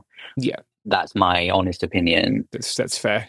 I think, I know less about the granular details of these people from Italy, from the far right, who were going to do this. Yeah. But if I think about what I know about the Greek far right volunteers, where we have a bit more information to go on, and why they were going to Bosnia, this was all about fighting the Turks. This was all about helping our Christian brothers, the Serbs, in their fight against the Muslims. And I suspect that it wasn't too dissimilar in the political imaginary of the Italian far right. And not just the Italian far right. I mean, as we said, from all the other countries where they were coming from. So, yeah, I think there was a framing that was behind a lot of this international participation that the Serb nationalists were very aware of, and they were very deliberate in the discourses that they were producing. I'll give another example. When I was working at the Memorial Center, I was in Srebrenica, I was reading the transcripts of the assembly of the Republika Srpska during the war. And in those transcripts, I can count on one hand the amount of times that Serb nationalist officials referred to Bosnian Muslims as Bosnian Muslims. They were, in the vast majority of cases, referred to as either Turks or Islamists or terrorists, or even Ustaše, who, for anyone listening who may not be aware, were the Croatian aligned regime that took control of what is today Bosnia and Herzegovina, and also what is today Croatia during the Second World War. And so, discourses, they are produced for a reason. And I know I'm going a little bit, sort of Foucault and whatever. I don't like talking in that way, but I will try to keep it as accessible as possible. When people produce discourses, it's to create not only a sense of what is true and what is false, but also it's to create this feeling of truth. It's what feels right. So, it felt right to so many members of the far right to take up arms and hop on a plane or whatever and go to Bosnia to fight, without questioning what actually the war and genocide was about. It felt right. And so that's how these discourses, that's what they served, to create this feeling of this is the truth and this is the right thing for us to do. Yeah, that was a very long-winded answer. I apologize. No, it's a good one. It reminds me a lot of the discourses that we saw in Myanmar preceding the genocide of the Rohingya people, right? Like, very rarely did we see them referred to by that name, or as of them being natives of Myanmar, right? Or them having been there for centuries. They're referred to as terrorists. They're referred to as Bangladeshis. They're referred to as illegal immigrants. They're often referred to as members of the Islamic State for Iraq and al-Sham, which shows a fundamental misunderstanding of those last two words. But it's important, I think, to see these commonalities, because we should be able to identify these things and then see how dangerous they are. Yeah, absolutely. You know who doesn't produce discourses that make people hop on flights to other countries? I'm not sure we can say that these days, but let's hope. Yeah, that's true, but we had to think of something, so I guess this will do. Yeah. Can't have golden pivots all the time.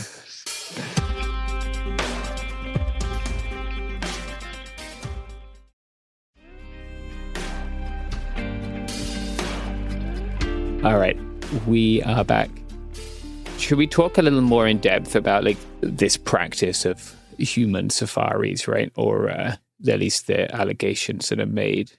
So, well, I am curious, Giorgio, because I was still reading into this a bit earlier today, and one of the testimonies that popped up during the trial of Dragomir Milosevic, not Slobodan.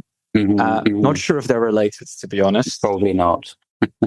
But there's an American called John Jordan who testified at the International Criminal Court. Yeah. He led a volunteer fighter unit during the siege. But he also says that some of the people he worked with also had seen tourists in other areas. And Mostar is named specifically. Is there any more detail in there about this happening in other areas of Bosnia or other places? Well, about Mostar in particular, I am not sure, because I've not heard myself of those allegations. Obviously, there was the Greek volunteer guard who were in places like Srebrenica, but also Visegrad. They went on after the war to become, well, actually, sorry, I'll correct myself. Even at that time, they were part of what later became Golden Dawn, the far right, now criminal organization, was a political party. So that, you had that happening. In terms of tourists, non-combatants, I am not aware of other places where it was happening on a large scale, like in Sarajevo. So yeah, I'm not perhaps best placed to go into more detail about that, but I will definitely talk to my contacts in Mostar about any allegations there. Yeah. I guess one thing that I want to ask is, we're seeing a very limited prosecution, right, in Italy, and I think maybe also in somewhere in is it in Belgium or the Netherlands? I thought I read that there was another prosecution. Not to confuse those two countries, Mick, sorry. But for the people who survived the genocide, right, what does this... I mean, you can't speak on their behalf, of course. But, on the one hand, it is some very small move towards justice, but at least it's a movement. But on the other hand, right, the deaths of their family members are being played out in this documentary, and it must be very difficult to understand just how, I don't know, casually life was taken during this genocide. Yeah. Do you think it helps healing? I guess I'm struggling to phrase that as a question, but I'm interested to know how this lands from that perspective, I guess. The general mood among survivors in Bosnia is that no one cares about what happened to us. These films that go on to get awards potentially, and then, the filmmakers get a pat on the back and all of that. There's a lot of cynicism around that. Mm-hmm. And we saw this in particular in regards to Quo Vadis Aida. I'm not sure if you both watched that, but that recent, when was that? 2021, maybe? A few years ago, which, for anyone who hasn't watched it, is a film that depicts the genocide in Srebrenica. And, and that won some awards. I can't remember the titles of them.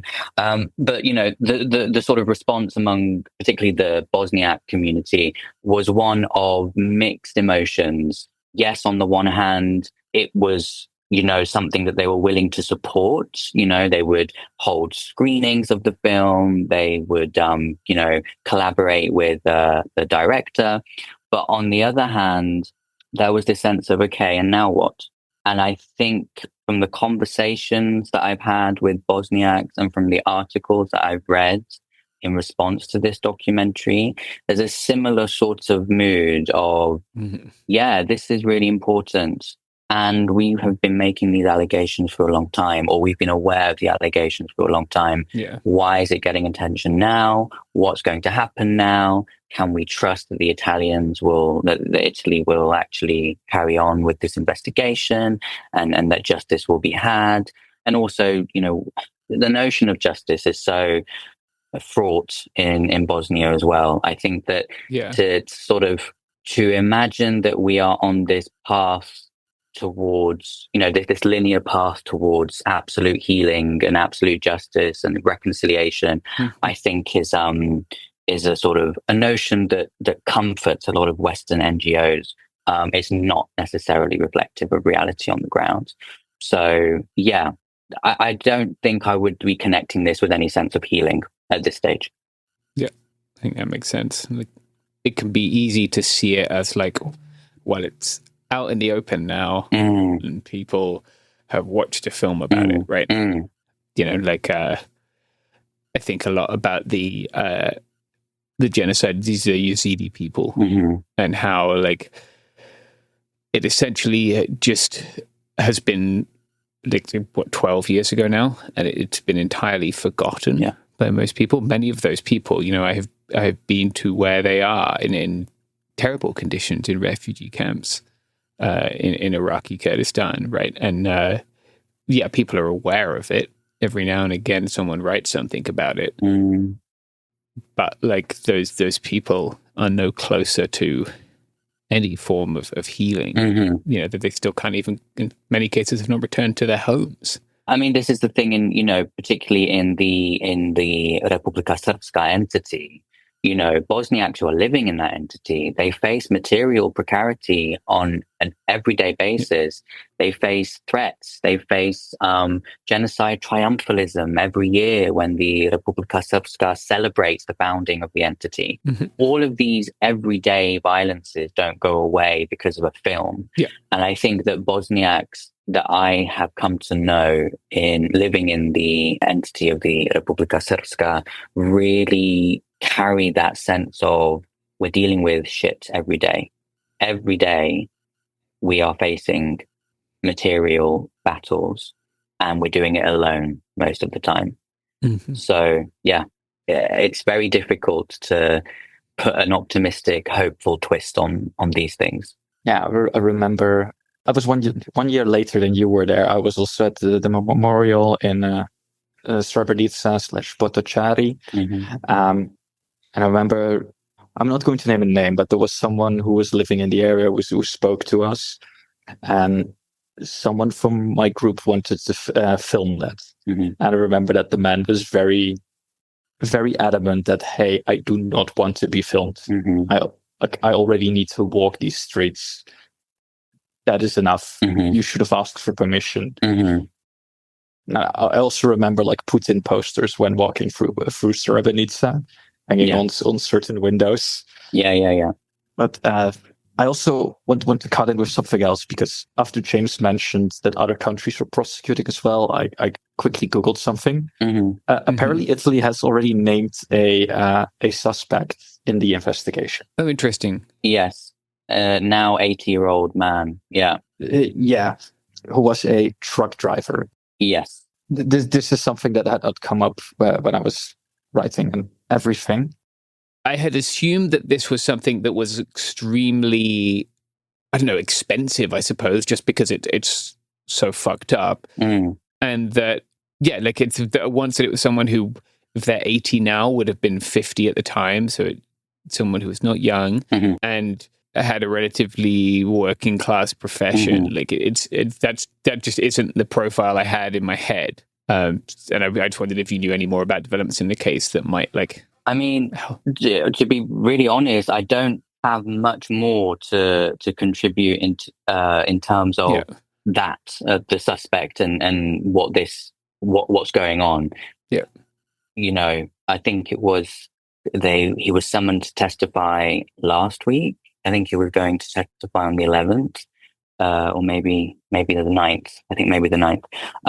But I haven't heard anything beyond that. Okay. So, I mean, in terms of what you were saying about the profile of the suspect, I mean, yes, on the one hand, it goes against the whole idea that it was wealthy tourists only. But let's also remember that in terms of domestic participation, there was a lot of capital to be gained by serving the Republika Srpska project. I mean, you had everything from Serb civilian truck drivers who helped to deport civilians, Bosniak civilians.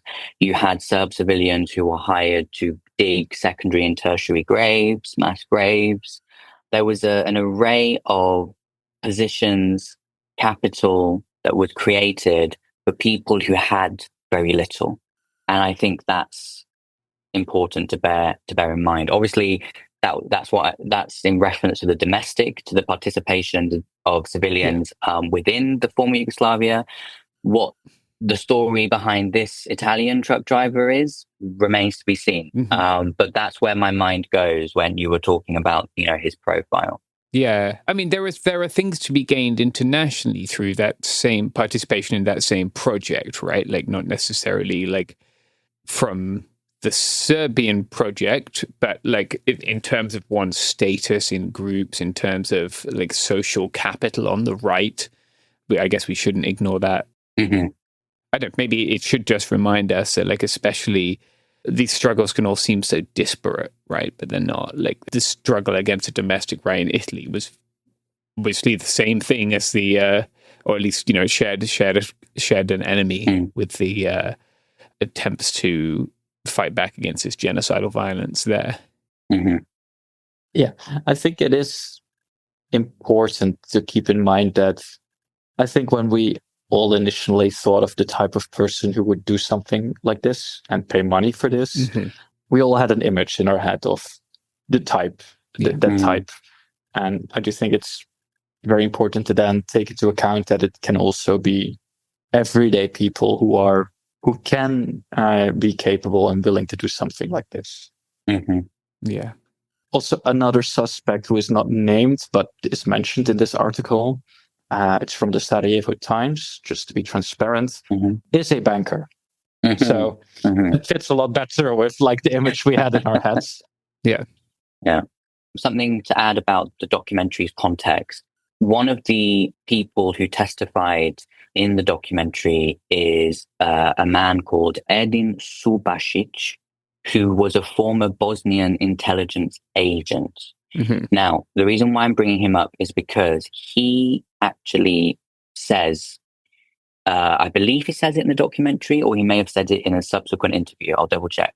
He has said that himself and the Bosnian intelligence agency first informed the Italian intelligence service about what they believed, what they had evidence was happening in terms of the Sarajevo Safari. They first informed them in 1993.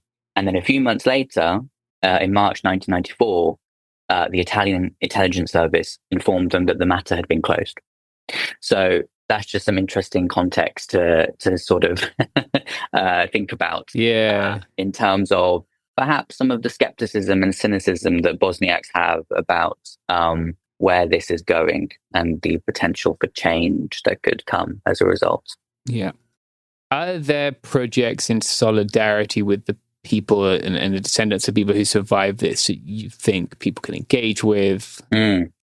I think that I would encourage people to follow Bosnians for Palestine on Instagram, because what they are doing is that they are being very intentional in highlighting the commonalities between the violence against Palestinians and what Bosniaks in particular endured during the war and genocide.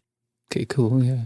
I would also point people towards a very interesting grassroots. I don't know exactly what they are in terms of they're not an NGO.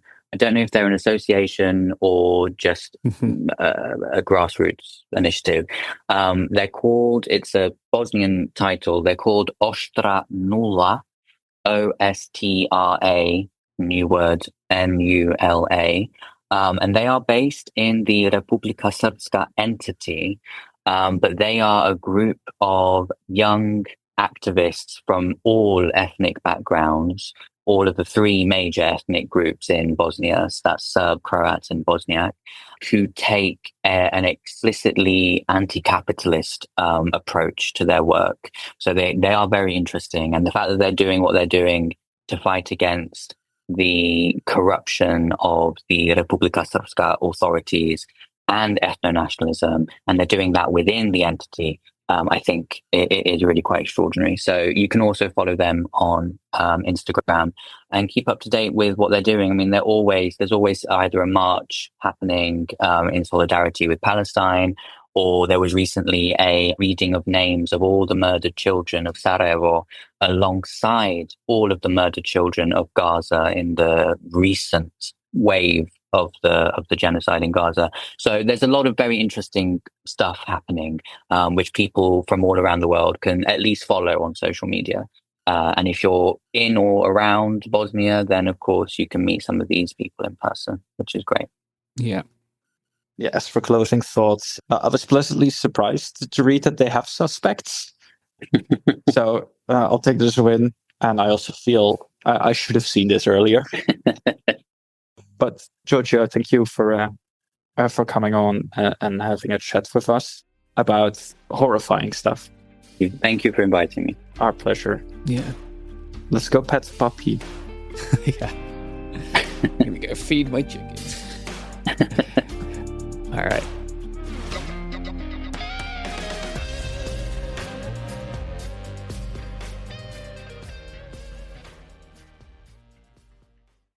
Support for the show comes from Public, the investing platform for those who take it seriously. On Public, you can build a multi-asset portfolio of stocks, bonds, options, crypto, and now generated assets, which allow you to turn any idea into an investable index with AI. It all starts with your prompt. From renewable energy companies with high free cash flow to semiconductor suppliers growing revenue over 20% year over year, you can literally type any prompt and put the AI to work. It screens thousands of stocks, builds a one-of-a-kind index, and lets you backtest it against the S&P 500. Then you can invest in a few clicks. Generated assets are like ETFs with infinite possibilities, completely customizable and based on your thesis, not someone else's. Go to public.com/podcast and earn an uncapped 1% bonus when you transfer your portfolio. That's public.com/podcast. Paid for by Public Investing. Brokerage services by Open to the Public Investing Inc. Member FINRA and SIPC. Advisory services by Public Advisors LLC, SEC registered advisor. Generated assets is an interactive analysis tool. Output is for informational purposes only and is not an investment recommendation or advice. Complete disclosures available at public.com/disclosures.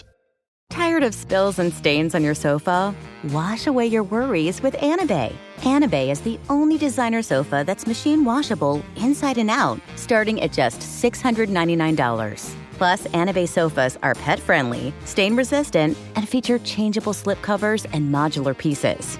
Get up to 60% off site-wide with a 30-day money-back guarantee. Visit WashableSofas.com to get yours now. That's WashableSofas.com. Offers are subject to change and certain restrictions may apply. Wasn't that delicious? So good. Your bill, ladies. I got it. No, I got it. Seriously, I insist. I insisted first. Oh, don't be silly. You don't be silly. People with the Wells Fargo Active Cash credit card prefer to pay because they earn unlimited 2% cash rewards on purchases. Okay, rock, paper, scissors for it. Rock, paper, scissors, shoot. No! The Wells Fargo Active Cash credit card. Visit wellsfargo.com/activecash. Terms apply. This is Jacob Goldstein from What's Your Problem? Business software is expensive. And when you buy software from lots of different companies, it's not only expensive, it gets confusing, slow to use, hard to integrate. Odoo solves that because all Odoo software is connected on a single affordable platform. Save money without missing out on the features you need. Odoo has no hidden costs and no limit on features or data. Odoo has over 60 apps available for any needs your business might have, all at no additional charge. Everything from websites to sales to inventory to accounting, all linked and talking to each other. Check out Odoo at odoo.com. That's odoo.com. Welcome to It Could Happen Here, a podcast about things falling apart and how to put them back together again. I'm your host, Mia Wong. Over the course of about a month, the general strike went from a pipe dream that even the most optimistic organizers didn't think could happen until potentially, maybe, 2028, to something that happened here. We saw a one-day general strike in Minneapolis, and everything is different now. People from SEIU are calling for general strikes. It's become a demand, it's become a tactic, and it's become a term that is on the tongues of people who never would dare speak of it before. And on this show, we're going to talk about the history of general strikes, how they happen, how they're organized, how they succeed, how they fail, and what the contemporary history of the tactic looks like. Now, when I originally planned this first episode, I was going to do a overview of about 100 years of history of general strikes to try to get us roughly to the modern era. And then as soon as I started writing that, deeper into the process than it should have been, I realized there was absolutely no way I could cover 100 years of general strikes in one episode. What I kept coming back to was one specific strike. A strike that most of you have never heard of. It's the general strike in Shanghai in 1925, what became known as the May the 30th movement. I want to begin here because intellectually, most of you have never heard of it. Emotionally, you already know everything about it. Now, I have written about this strike before. It was, in fact, the first thing I ever wrote about for Behind the Bastards, an episode about a Chinese warlord named Zhang Zongchong. But about a quarter of those episodes were about what became the May the 30th movement. And so I am going to recap a little bit of what I talked about in that episode and talk about some different stuff. And yeah, we're going to get you introduced to how you get a general strike and, how the course of these things can go with a strike that will look shockingly familiar to anyone who has lived through this year, which is to say this is a strike that starts when an occupying army has taken over a city and starts fucking killing people. So a little bit of background about what is going on in China in the 1920s. 1925 is in the middle of what is called the warlord period in China, which is a period where go listen to the Bastards episode. The short version of this is that after the 1911 revolution that had overthrown the Chinese imperial system. China became split between a bunch of warlords composed out of different sort of parts of the armies. Now, also in this period, large parts of China are under the direct control of foreign occupiers. These are countries like Japan, the UK, France, Russia. I think there's an American concession sort of in there somewhere. And these countries just own parts of China. And for our purposes, they also own parts of Shanghai. And these things, both the territories they occupy, and sometimes literally, the occupation is they own a rail line. When I say they own a rail line, it's not just a company or even the country owning the rail line. They physically own the territory, so it's theirs.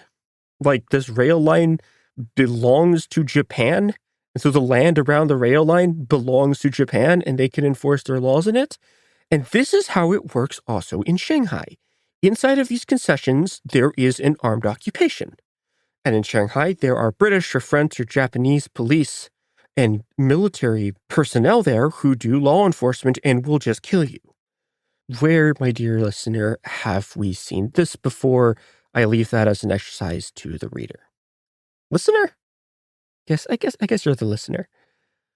Now, this state of affairs came to a head in May 1925, when a Japanese foreman was meeting with Chinese union organizers at what was basically supposed to be a contract negotiation session. There's a team of Japanese foremen and business people there and a group of Chinese union organizers. And the details of what exactly happened are very, very sketchy, but a brawl broke out, and the conclusion of the brawl was that a Japanese foreman killed a fairly well-known local union leader. Now, the police had also arrested several of the workers who had been in the negotiations and continued to hold them even after a massive demonstration for the Chinese union organizer who'd been killed's funeral. So on May the 30th, protesters gathered outside of a police station run by the British to demand the release of their comrades. This set off a climactic confrontation that changed the face of Chinese history forever. The British opened fire on the crowd, killed 10 people, and wounded 50 more. Now, half a decade ago, when I first wrote about this for Cool Zone, I read a quote from the great Chinese author and anarchist Ba Jin. This is quoted from Arthur Waldron's book From War to Nationalism, China's Turning Point, 1924 to 1925. And I want to return to it now for reasons that I think will immediately become apparent. This is about a student who witnessed the killings. At the entrance to Yunnan Road, he saw the child who had been killed a short while before. He thought, about half an hour ago, the crowd was marching peacefully towards the police station to ask the police to set free students who had been unjustly arrested. They thought the police were human beings endowed with reason and human sympathy, that human blood flowed in their veins. They thought that uniforms and weapons could not have destroyed their human nature. But reality proved they were bloodthirsty beasts. On the most crowded street of the city, they deliberately slaughtered unarmed people. For this, there was no precedent in Chinese history. The imperialist oppression that had endured for so many years ached like a deep wound in his heart. He struggled inwardly. He felt the time for patience was over. He felt he wanted to spill his blood, to sacrifice his young life, that he might show that not all among his people were lambs, that allowed themselves to be led without resistance to slaughter. He looked again at the corpse of the murdered child. His eyes shone with fire. His whole body began to burn as though on fire. His heart beat violently. You, dear listener, understand this. When I first quoted this passage in 2021, it was about George Floyd. Now, it's about Renee Good and Alex Pretty. You understand the horror, the suffering, the rage, the overwhelming fire to do something. you understand that they are like us, and you understand why they fought.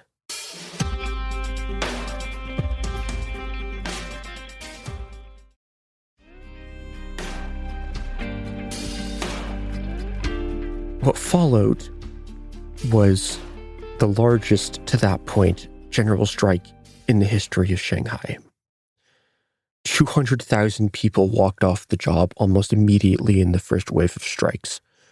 The strike spread to almost every major city in China in some form or another. Massive student protests began. Entire cities rose as one. 250,000 people went on strike in Hong Kong. Students, workers, business owners, and gangsters stood precariously as one to drive out the armed men occupying their cities. In an instant, the world changed. Things that were impossible the day before suddenly became commonplace. People flooded the streets. They were attacked by cops. They fought back. And for 3 months, they held on. Now, this was a much rougher time than even contemporary 2026 America. We are in a little bit going to get to the part where a bunch of people's heads get put on spikes by the government. And, unlike 1925 Shanghai, for example, American cities are not, contrary to the beliefs of a significant portion of the American conservative population, run by networks of organized crime who control every facet of political life and also economic life and also social life, to the extent that if you're a union organizer in 1920 Shanghai, you are effectively a mob organizer, both in the sense that you probably have to belong to one of the organizations and to the extent that the people you are actually organizing this time are like, you're organizing the mob guys who bring in workers to serve as the migrant worker population. This is also actually an important aspect of the strikes in 1925, which is that much of the labor population in Shanghai are migrant workers that have been brought in from other parts of the country by organized crime. Now, obviously, that is not really how migrant labor works in the United States, but, to some extent, the pressures of the labor discipline are very similar in that, right, the threat that is held over the heads of migrant workers is that armed men will come in the night for you. And right now, what we are witnessing is the armed men coming into the night. But, as much as I talk about sort of the differences between these movements, I think the immediate question for our purposes is, are there things that we can learn from this movement? And I think the answer is yes. But in order to get to the what can we learn from this, we have to talk a bit about how the movement collapsed. So I said that the movement held on for about 3 months. That was in Shanghai. The history of some of the other cities is different, and we kind of don't have time to, for example, divert to talk about general strike in Hong Kong, where the primary method that people used was they simply left the city and went back home, which solved some of the problems that we're going to be talking about in a little bit. But okay, in Shanghai, what happened to this movement and why did it fall apart? So I think there are roughly 3 factors, and I think the first 2 are actually more important than the third one, which might be surprising when we get to them. But the first 2 factors were people being able to eat and the pressure that put on the unions, and secondarily, betrayal from the business elites that they had allied with to get the strikes to work. And the third is peer repression. And the scale of the peer repression here is astonishing. I mean, one of the guys who runs this strike is just executed by the state. Again, I'm promising we're going to get to the heads on pikes in a bit. But the repression isn't what killed the strike. It was the problem of how do people eat, and it was the pressure from the business elite. So we're going to talk about the business elite first. Now, when I say the business elite here, in the early days of the movement, and this is a tension that's going to sort of haunt the Chinese Nationalist Party for its entire existence until it splits from the communists completely, and even later than that. They're in a very, very uneasy alliance with left-wing students, workers who are rapidly becoming left-wing, because this is also a city that was not enormously politicized until now and suddenly becomes politicized in ways that seemed impossible like a few years before. But there's a tension between them because initially these sort of patriotic business owners are really, really pissed off that the foreign occupiers are murdering people in their city. And sort of nationalist and communist leaders are able to sort of broker alliances with them. And they're able to broker alliances with organized crime, which is less important for our purposes. I cannot emphasize enough how important the organized crime people are in the history, to the extent that like Chiang Kai-shek, who you may know as like the leader of the Nationalist Party and the guy who's eventually going to run Taiwan after losing the Civil War, Chiang Kai-shek was an organized crime guy. Like, he was in the Green Gang. So, like, you know, very important to their story, less important to our story, but they act in a very similar way to the business owners, which is that in the beginning, and this is something that we saw in Minneapolis too, during their one-day general strike, which is that a lot of business owners, either out of, you know, just actual genuine rage and grief over just the raw fucking horror of these monsters grabbing people from their homes and shooting people in the streets, cooperated and shut their businesses down for the day. Now, obviously, there are other business owners who do this because they are producers. Am I allowed to say that they looked outside and were like, it doesn't take a weatherman to see which way the winds are blowing, right? You know, they saw what was going on and were like, okay, either my workers aren't going to show up, or if I don't publicly support this, it's going to get real fucked for me because everyone else around does. And that meant that there was a lot of cooperation from businesses. But we also saw very quickly after, like, a whole bunch of businesses and like sports organizations too, like, signed a thing that was like, we need to restore order, maybe end the occupation, but also please stop causing disruptions, protesters.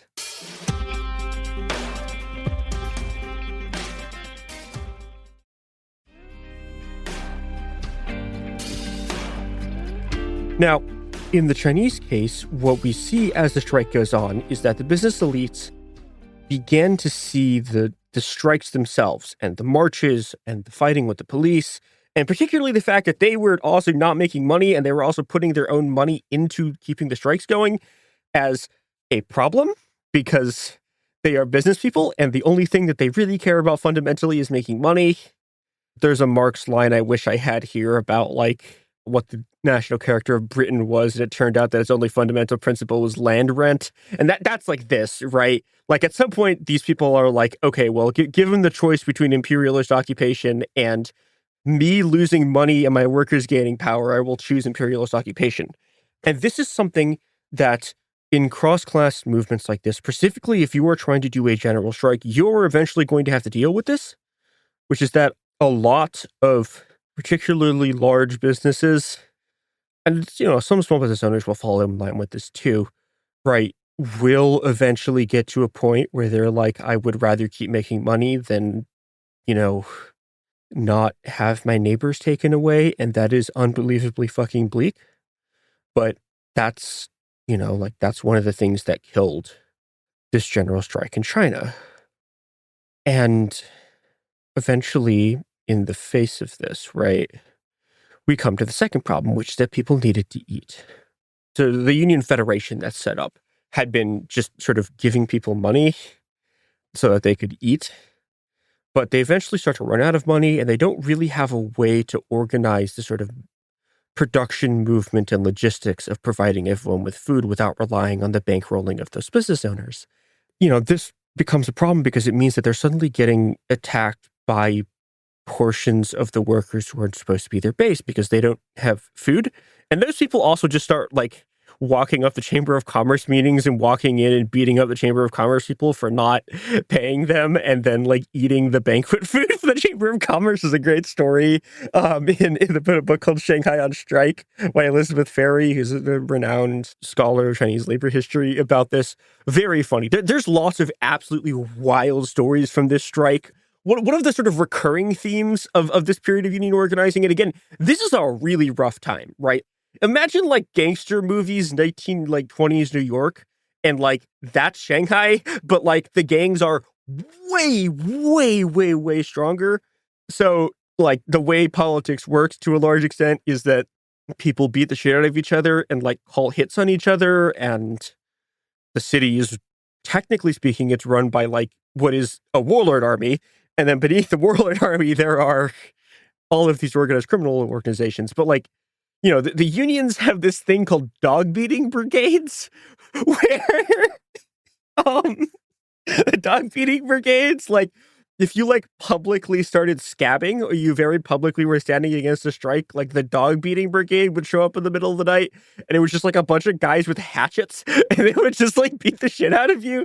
And this was just like a normal thing that was happening during these strikes. So this whole period of Chinese history is nuts. It's wild. There's so much shit going on. That's just, I don't know. They had the dog beating brigades. I guess in the American context, we'd call them like the scabby beating brigades or whatever. But, you know, it's a rough time for everyone. But what they kind of don't have without sort of business owners, they're never really able to sort of seize control of production and repurpose it towards, you know, keeping everyone fed. And I will say this is something that actually I think we are better at than they were, in the sense of we are better at running the logistics of getting a bunch of people food and the stuff that they need to survive. And this is something we can look at in Minneapolis, where, and this is obviously coming from people's money, but a lot of the organizing in Minneapolis is about getting people who can't leave their homes food. We've also seen in the last day or so, tenant and labor union leaders are talking about a rent strike in Minneapolis, which can help people, you know, not get evicted because they can't go to work. But it's also something that if you're going to do a general strike, yeah, you probably also have to do a rent strike. But if you want to keep a general strike going, and this is something that we're going to get to a lot more in later episodes, the Seattle general strike is a very large example of this. If you want to keep this thing going, you have to take control of the places where you're working and, you know, have them provide the food for people and have them provide the resources that people need. But in this sort of context, almost everyone who's involved in this is their first general strike. What really happens here, right, is that the unions are forced to call off the strike. They get minor concessions in exchange from the foreign bosses. But what it does is politicize the entire city, and it politicizes all of China in a way that is going to shape all of the politics in the country forever, I guess. Like, it's the thing that creates modern China is the politicization that comes out of this period. You know, it's what sort of transforms Chinese politics from something that was almost purely the domain of warlords into something that's now the domain of the nationalists and the communists. And obviously, you know, the military conflict is a large thing in this that we don't really have time to get into. But, you know, this period transforms the entire politics of China, right? People who had never thought about politics before, people who had never, you know, who had never like heard the words imperialism or like heard the words like militarism, right, are suddenly in the streets talking about it. And they're talking about general strikes, and they're talking about how can we run these occupying armies out. And I want to sort of mention how this whole thing ends, right, which is that people keep organizing and they keep fighting. And 1 year later, in 1926, the first of the uprisings begins. Now, the first uprising, and these three uprisings are all sort of like called by the Chinese Communist Party and their unions. The first one fails horribly, and the warlords put the heads of workers they'd killed on pikes. They have these squads where there's two guys with broadswords and a guy with like a sheriff's badge, effectively, who go door to door. And if they find someone who they think had like handed out leaflets, they would execute them on the spot. This is the kind of repression that they're dealing with. And they did it again. They tried again in 1927. And that one failed. And the second time, by the way, it's worth mentioning, was supposed to be a general strike coordinated with an uprising, and they fucked up the coordination of it. But it did also. The second one was a 300,000 strong general strike. And the third try was an 800,000 strong general strike. And they staged the insurrection, and they run the warlord armies out of the city. And for a sort of brief, glorious moment, Shanghai is in the hands of its workers. And their subsequent betrayal and slaughter by the USSR and Chiang Kai-shek, mostly Chiang Kai-shek, the USSR is also at fault here for telling them to keep allying with Chiang Kai-shek and the nationalists. That's a story for another time. But I think to close, we are used to thinking that the times that we live in are unprecedented. And in some ways they are. But people have fought our struggles before. People have fought and died and won to stop the reign of men with guns over our cities. And if we learn the lessons of both their time and ours, if we use that knowledge to act in the moment of crisis, we can win. Conscience, history, and the cries of the suffering demand it. So let's go win the war. We have a world to win, and nothing to lose but our chains.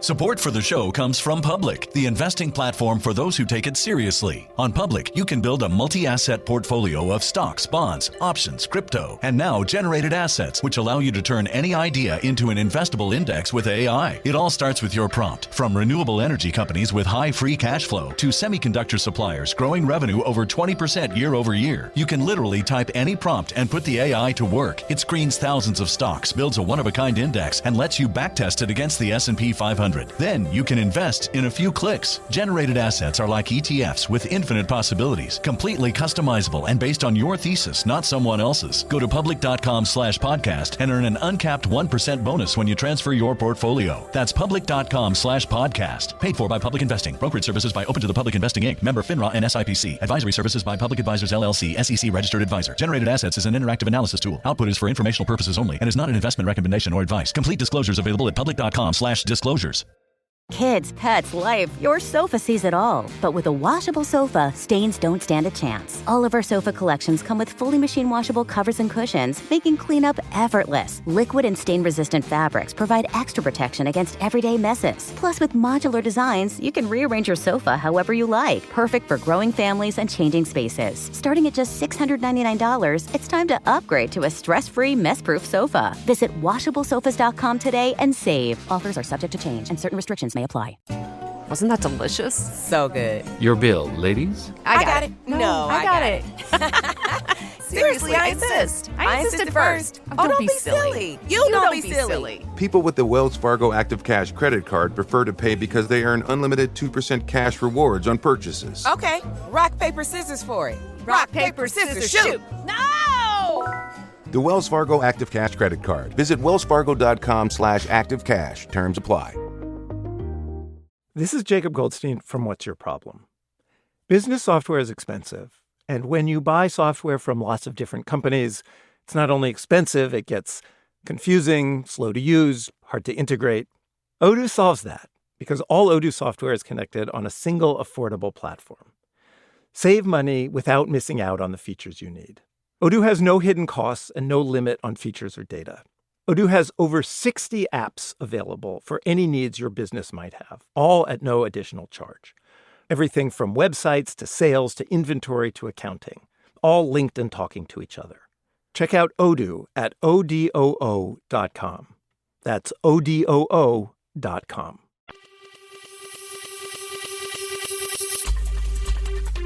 This is It Could Happen Here, Executive Disorder, our weekly newscast covering what's happening in the White House, the crumbling world, and what it means for you.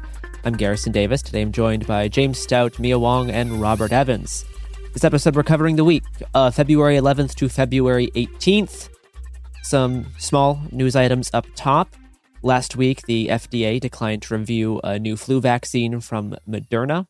On February 12th, Tom Homan announced that Operation Metro Surge has concluded and, quote, A significant drawdown has already been underway this week and will continue through the next week, unquote.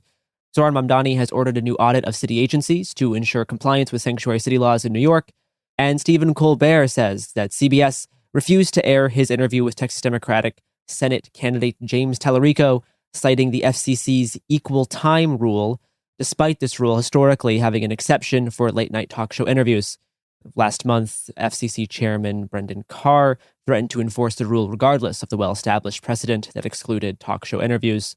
And finally, the owner of a warehouse facility in Hutchins, Texas, has said that they won't sell or lease the building to the federal government as a detention facility.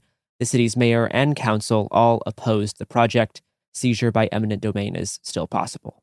Yeah, and I guess with that, there's been campaigns in a couple of other small, traditionally conservative rural areas to not lease facilities for ICE. And it's still a little unclear, and I suspect it's kind of column A, column B, how much of this is, NIMBYism and how much of this is resistance to ICE specifically.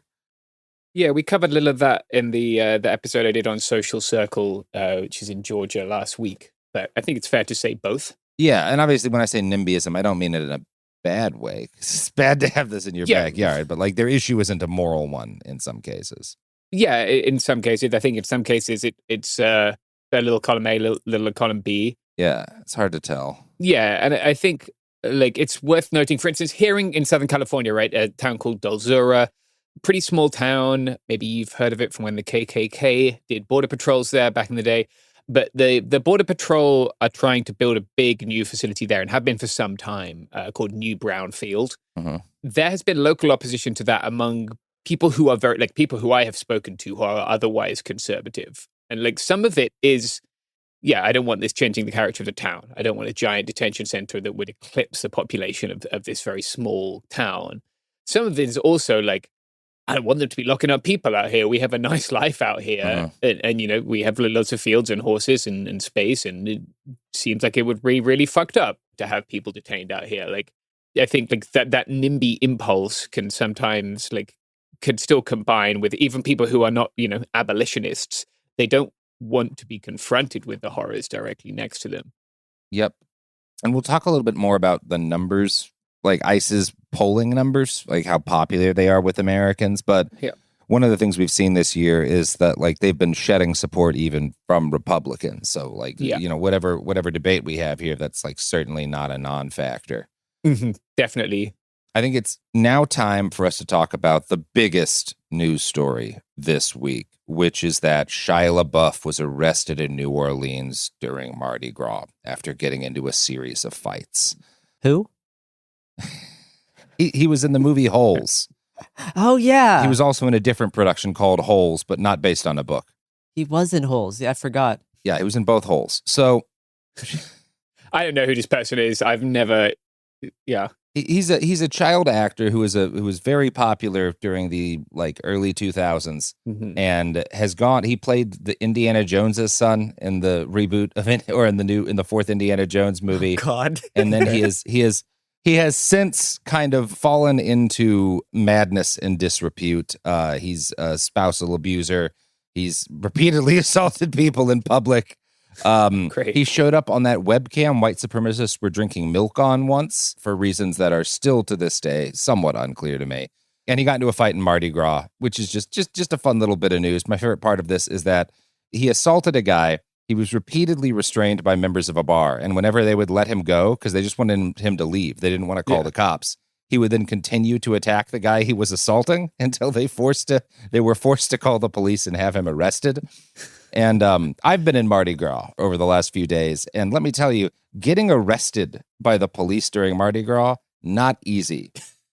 I don't have a lot to say about that other than I was surprised by the number of very political floats that I saw, particularly at least one that was entirely paper mache ice guys in a very non-flattering way. There were a lot of costumes and a number of references on floats. There was a couple of pretty hideous caricatures of Trump on floats, and they all got a widely positive reaction.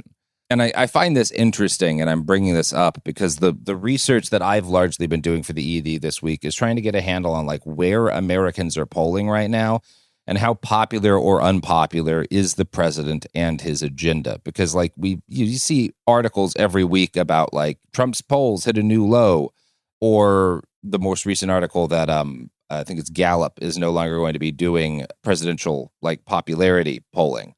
But I wanted to get a look at like how the actual like parties and their agendas are holding up. And it's a pretty shocking gap between September, October, like fall of last year and today.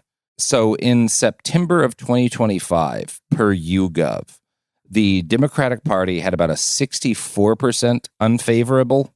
So like 64% of polled Americans didn't like the Democratic Party, and a little less than 34% of Americans had a favorable opinion of the Democratic Party. And if you actually look at the graphs for those that YouGov presents, they're basically making like a wine glass shape, right? So what that means is unfavorability is moving up and favorability is moving down rapidly, like at the time at which those polls were taken in September of last year.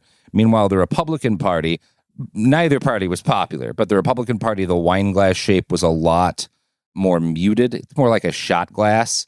55.4% of Americans polled by YouGov expressed an unfavorable opinion of the Republican Party, and about 42.3% expressed a favorable opinion. You can compare this to October 2025 polling by Pew Research, which showed something similar. 64% of Americans were frustrated with the Republican Party. 75% of Americans reported being frustrated with the Democratic Party. 49% of Americans polled replied that they were angry at the Republican Party. 50% reported being angry at the Democratic Party. Similarly, Republicans, 36% of Americans felt hopeful about the Republican Party. 28% of Americans felt hopeful about the Democratic Party. And then 27% of Americans were proud of the Republican Party, 16% Democratic Party. Those are pretty bleak numbers for the Democrats coming in the fall of 2025. Like, that is kind of black pilling stuff, right? Yeah. This was, in the fall of last year, pretty rapid change from where things had been about 4 years ago. Yeah. For example, in September of 2021, about 64% of Americans had expressed frustration with the Democratic Party, as opposed to 75% 4 years later. Mm-hmm. So that's all fall of last year. Now, between when the polls that I read to you came out and now, we've had several major things happen. One of the more significant was the long shutdown, mm-hmm. which was disastrous for Republican favorability and for Trump's own favorability. And we also had a significant, I mean, obviously in LA and in Chicago, ICE had been doing very terrible and very I guess I should say documented crimes, like horrible things that were spread widely on social media. But that has also accelerated massively in the first couple of weeks of 2026. Yeah. And what we're seeing now in more recent polls taken in late January and from anywhere from kind of early January to late January and early February is a significant reversal. So NBC News' decision desk collated a bunch of different polls like Daily Mail, Marquette, Wall Street Journal, Yahoo, YouGov, Fox News, Emerson. And over the last month or so, you're looking at an average spread of all of these polls of about negative 19.9% favorability for the Republican Party and about negative 12.8% favorability for the Democratic Party.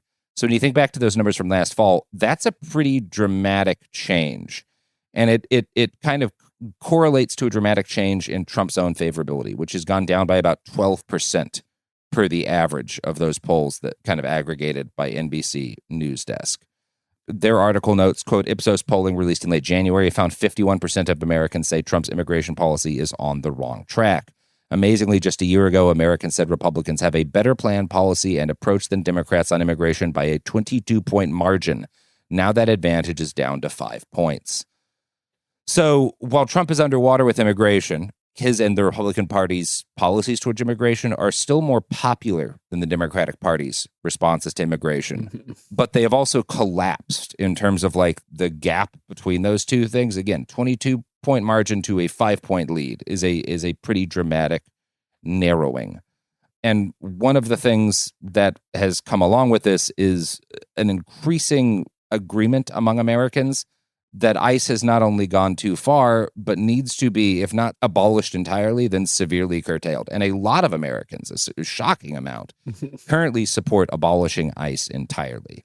A PBS News NPR Marist poll released recently found that a majority of Americans feel ICE is making the country less safe and has gone too far. 6 in 10 Americans disapprove of what ICE is doing. Only about 3 in 10 approve of it.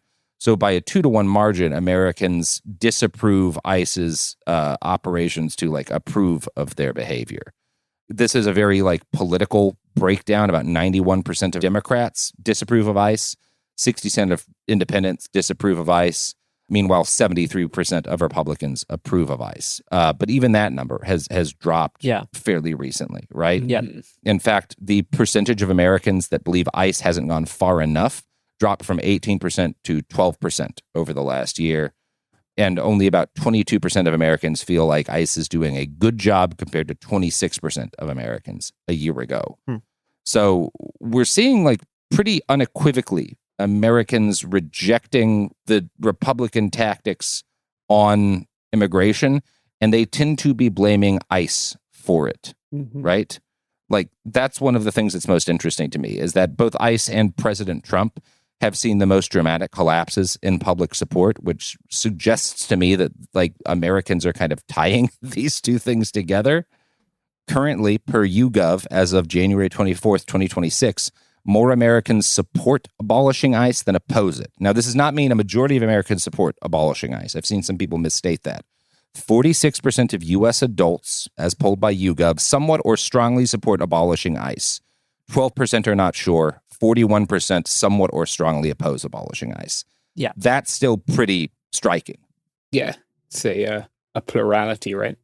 Maybe now would be a good time to talk a little bit about where the different Democrats or different wings of the Democrat Party are on abolishing ICE. Because I think it's one of these areas where the further up the party you go, the more detached from that public opinion you get. So maybe we'll start with Hakeem Jeffries, Democrat leader in the House. Here's him on the Joy Reid show on the topic of abolishing ICE. Why not lead and say abolish ICE? Because what you're telling us is you want our taxpayer dollars to pay for a lawless masked armed agency to continue terrorizing our cities. And I'm trying to figure out how you, as a leader, can be telling Americans that their taxpayer dollars should be going to ICE. I don't understand anything that you just said. I don't understand anything that you've just said to me when I've made clear that taxpayer dollars should be used to make life more affordable for the American people, not brutalize or kill them. That's the whole reason we're in this fight right now. That's the whole reason the DHS is getting ready to shut down. That's the whole reason ICE. why you agree with me, Joy. Abolish ICE. Listen, I'm going to use the language that I want to use. You can use the language that you want to use. You can see Jeffries visibly kind of tense when the phrase abolish ICE is used, right? He wants nothing to do with it. His immediate response is to go to affordability. I do want to note that when he was previously asked if he would use the appropriations process to rein in ICE, he did exactly the same thing. But why not use the appropriations process to rein in ICE, Leader Jeffries? No, what I'm focused on right now, Chad, is to make life better for the American people by extending the Affordable Care Act tax credits, which, by the way, a lot of folks in this institution believe was not possible. But Democrats made clear before the government was shut down that we were in this fight until we win this fight on behalf of the American people. Why not, cancel the cuts, lower the cost, save health care. That's our objective. But why not There he does the same thing, right? He goes back to affordability, which is something the Democrats have done for the last year and a half, right? When asked to take a strong leadership stance on ICE, far too much of their leadership has instead tried to deflect to affordability. I do want to note that they are now doing exactly what he was deflecting from there, right? Yeah. And that was only less than a month ago. It's interesting because it's this cowardice on specific terms and messaging. Yeah. Even though they are using the appropriations process to try to rein in ICE. That is what they are doing now. But it's a complete cowardice. aren't actually like trying to like use like public pressure to your advantage at the moment. Like, he's doing the thing and almost like failing to. It's not that he's doing the thing, as many of us would wish he did, but like he's failing to take the easy win. Yeah, like because of, like you say, this like institutional cowardice or like these. It's like there's some kind of red line rhetorically for Jeffries and other like leadership Democrats that they will not cross. And I have to believe that some of that comes from what they see as like the long legacy of 2020. Or like perceptions that the Democratic Party is like too far to the left, is too extreme or something. Yeah, specifically the perception that they like attempted to abolish the institution of policing, which was not really anything that that was not in their policy platform, right? There were not Democrat leaders saying we're going to do away with the cops. In fact, Biden was talking about how we need to fund the police, not defund the police in 2020, right? Yeah. But nonetheless, like there seems to be this real, like it's very hard for them to break that rhetorical boundary. It's not entirely just Jeffries on this. 7 Dems crossed party lines in late January to vote for a DHS funding bill. So we got Representative Henry Cuellar of Texas. The worst Democratic congressman. Yeah. Holy shit. What a fucking asshole. I hate that guy. Texas Dems hit different, and like specifically like Rio Grande Valley Democrats are a different breed. God, he sucks so much. There's Jared Golden of Maine, Mary Gluesenkamp Perez of Washington, Laura Gillen, Don Davis of North Carolina. Laura Gillen is New York. Tom Suozzi of New York, and Vicente Gonzalez of Texas. It is not a position that is unique to Jeffries, right? Like this idea that like perhaps there needs to be some reform of ICE, but abolishing it would go far too far. Other Democrats have introduced an act which would essentially move funding from ICE to local law enforcement.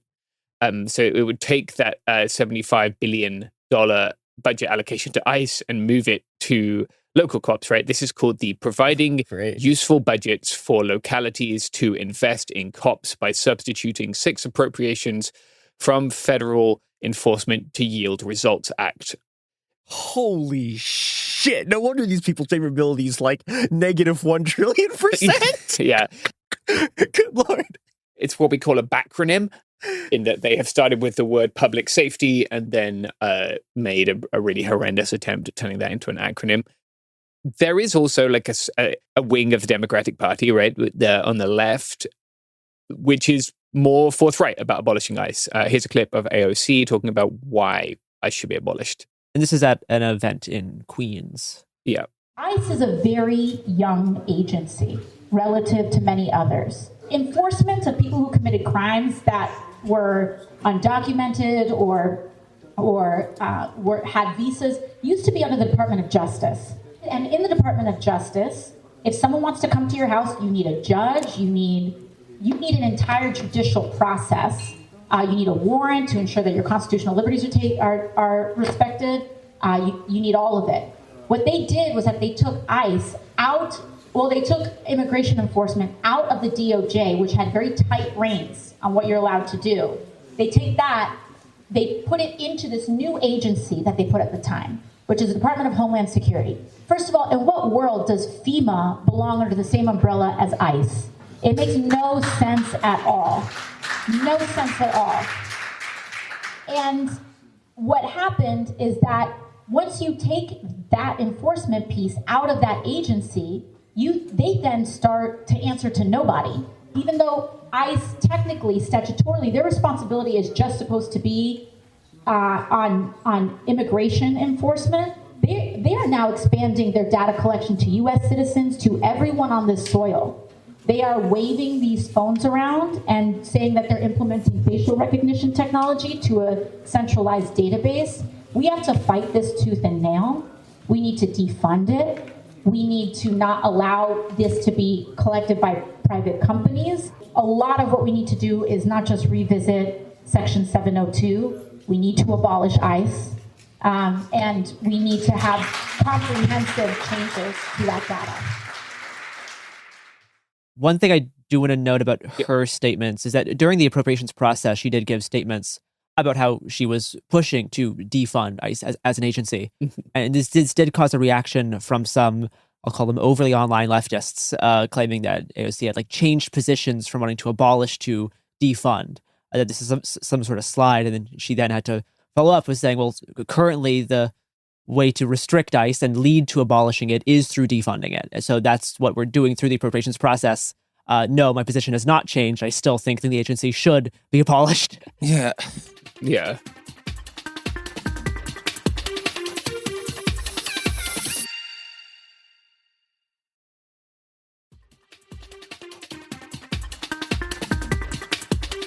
There's a broad issue we had, which was that at the end of 2020, as a result of all of the federal agents that were in American cities and had been videoed brutalizing citizens in places like Portland, there was a lot of anger about DHS in particular. I wrote a column for Business Insider about look, this agency even is going to remain under Biden, but if we don't cut the legs out from under the entire agency, it's basically set up to be the president's secret police. Yeah.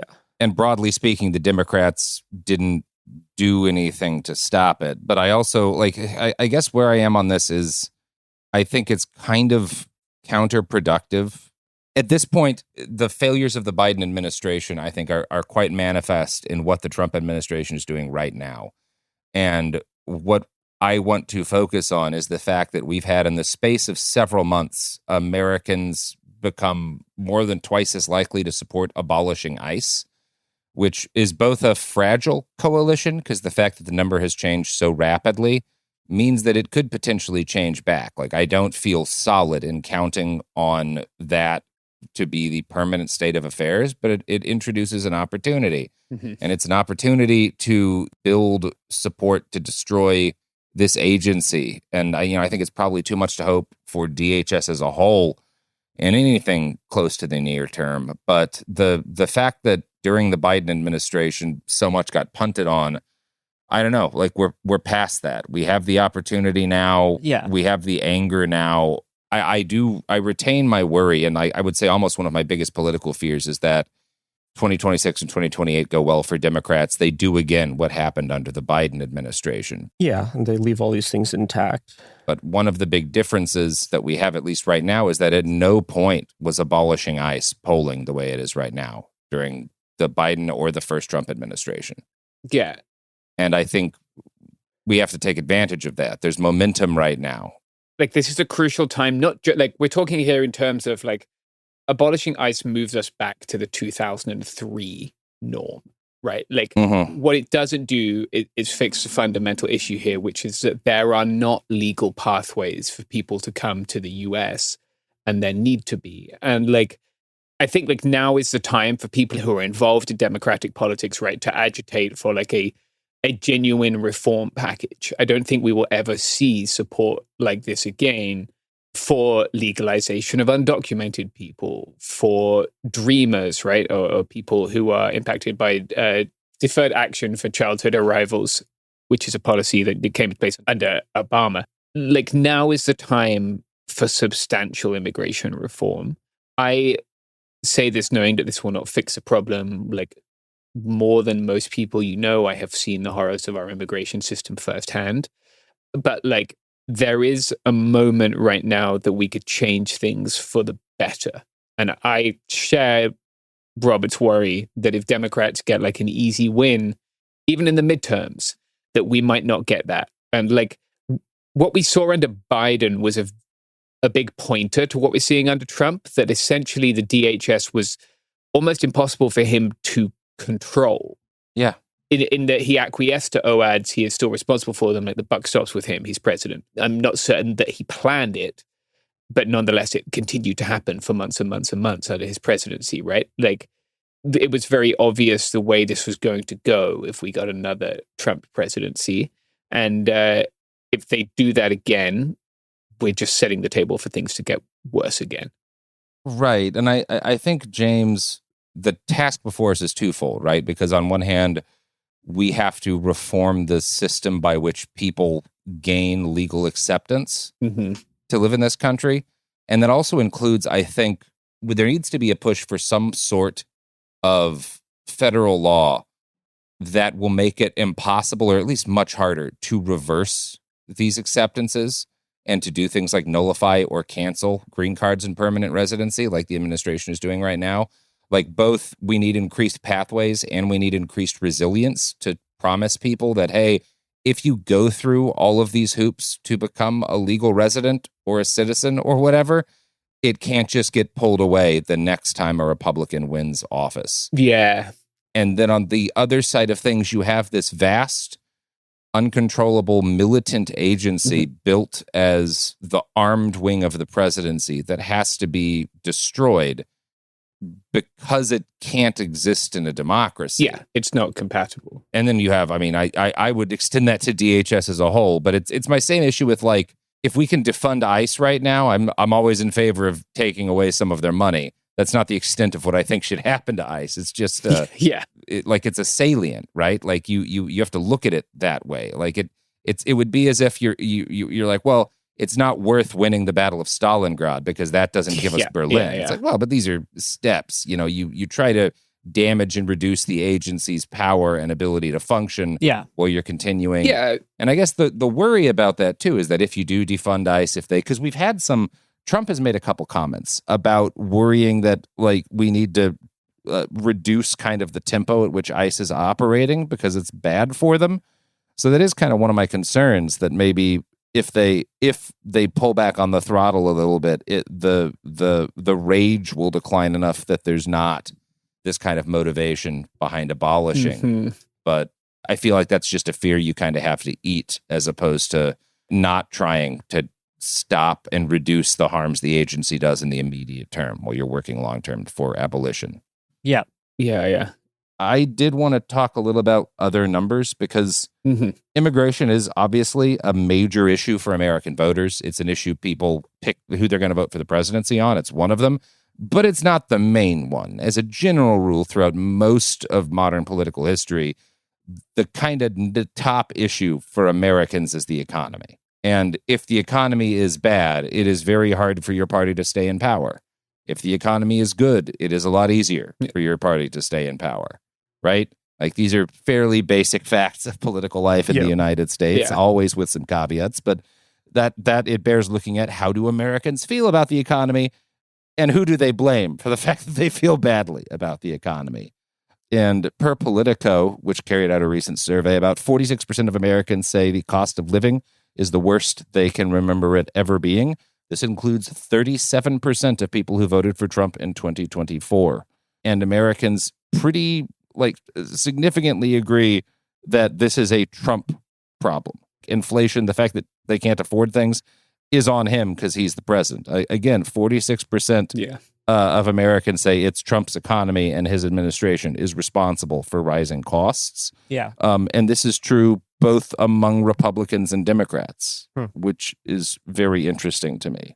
A percentage of Americans, based on their vote in the 24 election, 53% of Harris voters in 2024 say the cost of living is the worst they've seen it. And again, 37% of Trump voters in 2024 feel the same way. So that is, it's an example of something that we've talked about and wondered about on this show a lot, which is like, how much does reality break through the fever swamps?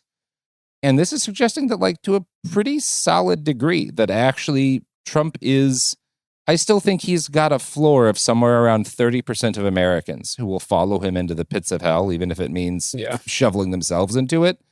But that number used to be like 40%, right? And it does seem to be declining. This is being treated as a 5-alarm fire among the Trump White House, which is interesting to me for a couple of reasons. You know, anytime you talk with especially people on the left about, but also increasingly a lot of Democrats about the midterm elections and the 2028 elections, I think you have to deal with is people saying, but are there going to be elections, right? Yeah. And, you know, I don't dismiss those concerns out of hand, obviously, in part because the administration is talking right now about having ICE agents in polling places, right? Yeah. You do have to acknowledge that as a concern.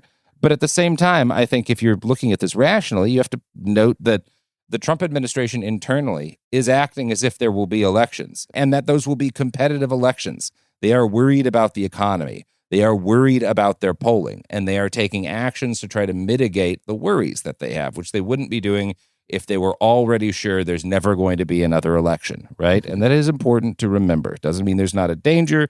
Doesn't mean they won't try shit if they lose, but it does mean that they are treating these political issues as political issues that they have to deal with via messaging. There was an article in Fox News recently about Trump's team huddling to decide on midterm messaging. I'm going to quote from that now. The meeting, which was confirmed to Fox News by sources familiar with the gathering, was hosted by White House Chief of Staff Susie Wiles and Deputy Chief of Staff James Blair, who was steering Trump's political strategy. According to sources, the message during a slide presentation by Chief Pollster and Chief Strategist Tony Fabrizio was that the economy will be the top issue in the minds of voters, and the White House needs to spotlight its efforts on easing affordability. The meeting was held as the GOP works to defend their control of the Senate and their razor-thin House majority in November's midterm elections. Republicans are also dealing with the president's continued underwater approval ratings and a slew of surveys, including the latest Fox News polling, that indicates Americans are pessimistic about the economy. And publicly, the administration's claim is that Americans are happy with the economy. The economy is the best it's ever been. Look at how good the Dow is. It's over 50,000, right? Yeah. But everything we're hearing internally, like all of the reports that from people inside the administration about like what's going on day to day, is that they're wide awake and worried over the fact that their economic numbers are completely fucking dog shit. Now, what does this mean for the midterm elections? Well, very few people that I have found who are like credible analysts don't expect the Democrats to retake the House, right? Meaning most credible analysts do think the Dems are likely to retake the House. Mm-hmm. That said, there's fairly few people who expect a 2018-style Democratic blowout among like the professional poll watchers and stuff, which is, if you remember, the Democrats flipped about 41 seats. There's a couple of reasons for this, right? And I found a good article in The Hill that's kind of analyzing like why we shouldn't be expecting some of the exuberance that you're seeing on social media about like early elections and how bad Trump's numbers are is maybe making people overly optimistic about like flipping all of Congress to Democratic control, which is not currently the likeliest outcome. And there's a couple of reasons for this. One of them is that, as unpopular as Trump is, and I've hit on that quite a lot, the Democratic Party's overall favorability is at about 33%, which is 9 points lower than the Republican Party's favorability. And, you know, depending on the poll, 5 to 10 points lower than Trump's own favorability. This is based on a Marquette Law School poll, right? So Trump is very unpopular, and so are the Republican Party, but people don't like the Democrats. The Democratic Party as a whole, people like individual Democrats. A lot of people like their congressperson. A lot of people like whoever it is they want to see as the presidential candidate. Mm-hmm. You know, you can look at, you know, you've got folks who really like Mamdani or really like Pritzker, but as a whole, voters, including Democratic voters, don't feel very positively towards the Democratic Party. In many cases, more negatively still than they feel about the Republican Party. That started to turn around. But if you're kind of hoping that there's going to be like a full-on switch that makes it immediately possible to successfully impeach President Trump, that is extraordinarily unlikely to come in 2026, right? Which doesn't mean that it's unlikely to have a good result. Republicans losing control of Congress is a good result, right? Yeah. There's just a lot less. I mean, there's a lot less, even if you're kind of taking the unfavorability of the Democratic Party out of it, there's a lot fewer seats up for grabs right now. In 2018, and when that, you know, the Democrats flipped 41 seats, there were 75 competitive races. Mm-hmm. This year, heading into the midterms, there are only 18, right? There's a lot less that can flip, and I don't think Republicans are likely to lose control of the Senate, right? And the polling shows things being pretty razor thin there. Democrats have about a 4% advantage, according to economist YouGov polling right now in the congressional midterms, and there's a 3-point margin of error. So you're looking at like a lead, but not enough of one for a complete fucking blowout, right? There has been some more positive data, like kind of right before we came on to record this. I looked at some charts by Focal Data that was kind of breaking down midterm voting intention by groups and looking at like likely voters. And this is always kind of a little bit like voodoo, right? In terms of how you're trying to like, well, how likely is a likely voter and how do we like factor in realistically, are they going to show up? Anyway, if you're kind of assuming that like people who self-report as likely voters will only actually vote about a third of the time, per this study, Democrats are ahead by about 7 points in a generic House ballot. So, that's kind of where we are right now. I think we're looking at a midterm season that's going to go well for the Democrats, but I don't think we're looking at a midterm season that delivers us from the Republican Party being able to ram through legislation. I think our kind of best case scenario is one in which they have to give major concessions because the Democrats have, flipped the House at the very least. And that's big, but I don't think Trump's going to get impeached starting January of next year. Yeah. The one thing I will say about the polling data is that, so obviously Democrats tend to perform better in special elections because to vote in a special election, you have to be a higher interest voter. And that also special election cycles get driven by immediate anger over stuff. And there's a bunch of different factors that drive special election turnout. And also the Democrats have been absolutely obliterating the Republicans in all the special elections that have been happening recently. And even in the cases where they're losing by very small margins in places where Trump was winning blowouts. Yeah. So I think if you want to be optimistic, I think that's the case for optimism. But also, yeah, we're not going to have all of our problems magically solved by the midterms. Yeah. Yes. To specify on that, what you were saying, there was a special election in Tennessee, and Republican Matt Van Epps beat the Democrat Afton Bain by 9 points, but Trump had won in 2024 there by 22 points. Yeah, and a few we talked about this on the show, but last year there was an election in a special election in Western Iowa that Trump had won by double digits and the Democrats won by double digits, and that kind of thing shouldn't be happening. It sure shouldn't. But no.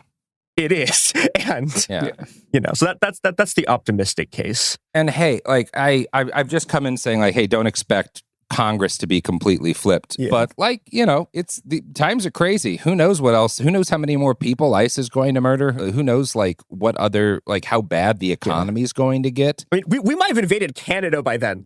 Who knows? Yeah, anything's on the table. Anything's still on the table. Yeah. We're just kind of looking at shit from February. Yeah, and some of this shit will depend on what atrocities they commit in the weeks and days before the midterm election, right? Because we see surges around the killing of Rene Good, the killing of Alex Pretty, right? We see those things shift public opinion dramatically, and the ongoing snatching of immigrants and deportations and sending people back to places where they'll be tortured and killed. That's kind of the background, and it makes people angry, but it's these specific actions which seem to shift public opinion dramatically.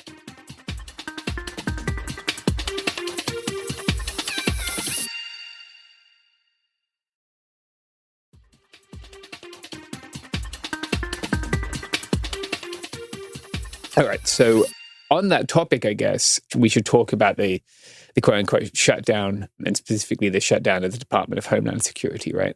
I guess the first thing to clarify is this isn't a government shutdown in the sense of the shutdown we saw last year, right? That lasted 40-plus days. Right. It's a partial shutdown.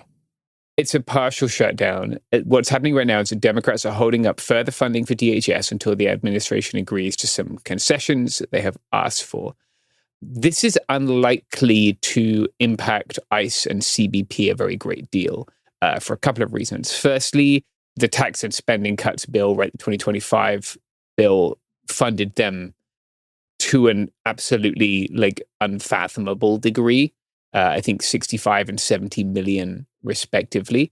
Yeah. More quickly, it will affect other agencies under DHS.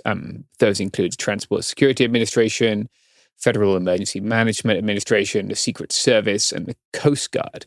Some TSA workers will be working, but they will likely not be receiving pay. This is pretty common, right? They're deemed as quote-unquote essential workers, and that means that they will be expected to continue to work. What we saw last time was that as the shutdown dragged on, people were calling in sick or not coming into work because they were taking other jobs, right? Because they had bills to pay. The reason this is happening is because Democrats successfully managed to get Trump to separate DHS funding from another spending bill, which passed through and funded the rest of the federal government. They are demanding an end to masking. I should clarify specifically, like masking in the sense of law enforcement officers wearing gaiters over their faces, a return to officers displaying their name, badge, and ID number, increased oversight of detention conditions, coordination with local law enforcement, an end to the detention of U.S. citizens, targeted enforcement and not roving patrols, and a unified use of force and uniform conduct policy for CBP and ICE. And then an end to raids using Form 215. I'm just going to note here that I'm moving forward going to refer to that using its that name and not call it an administrative warrant, because an administrative warrant like kind of implies the action of a judge, but these are forms that are filled out, right? That it is not the same in any aspect as a warrant, unless a judicial warrant. The Republican counterproposals so far have shown pretty little common ground on this, aside from over body cameras, where Noam did implement body cameras. As I said, ICE and CBP will continue doing what they do, right? I was at the border on Saturday and I saw tons of CBP patrols.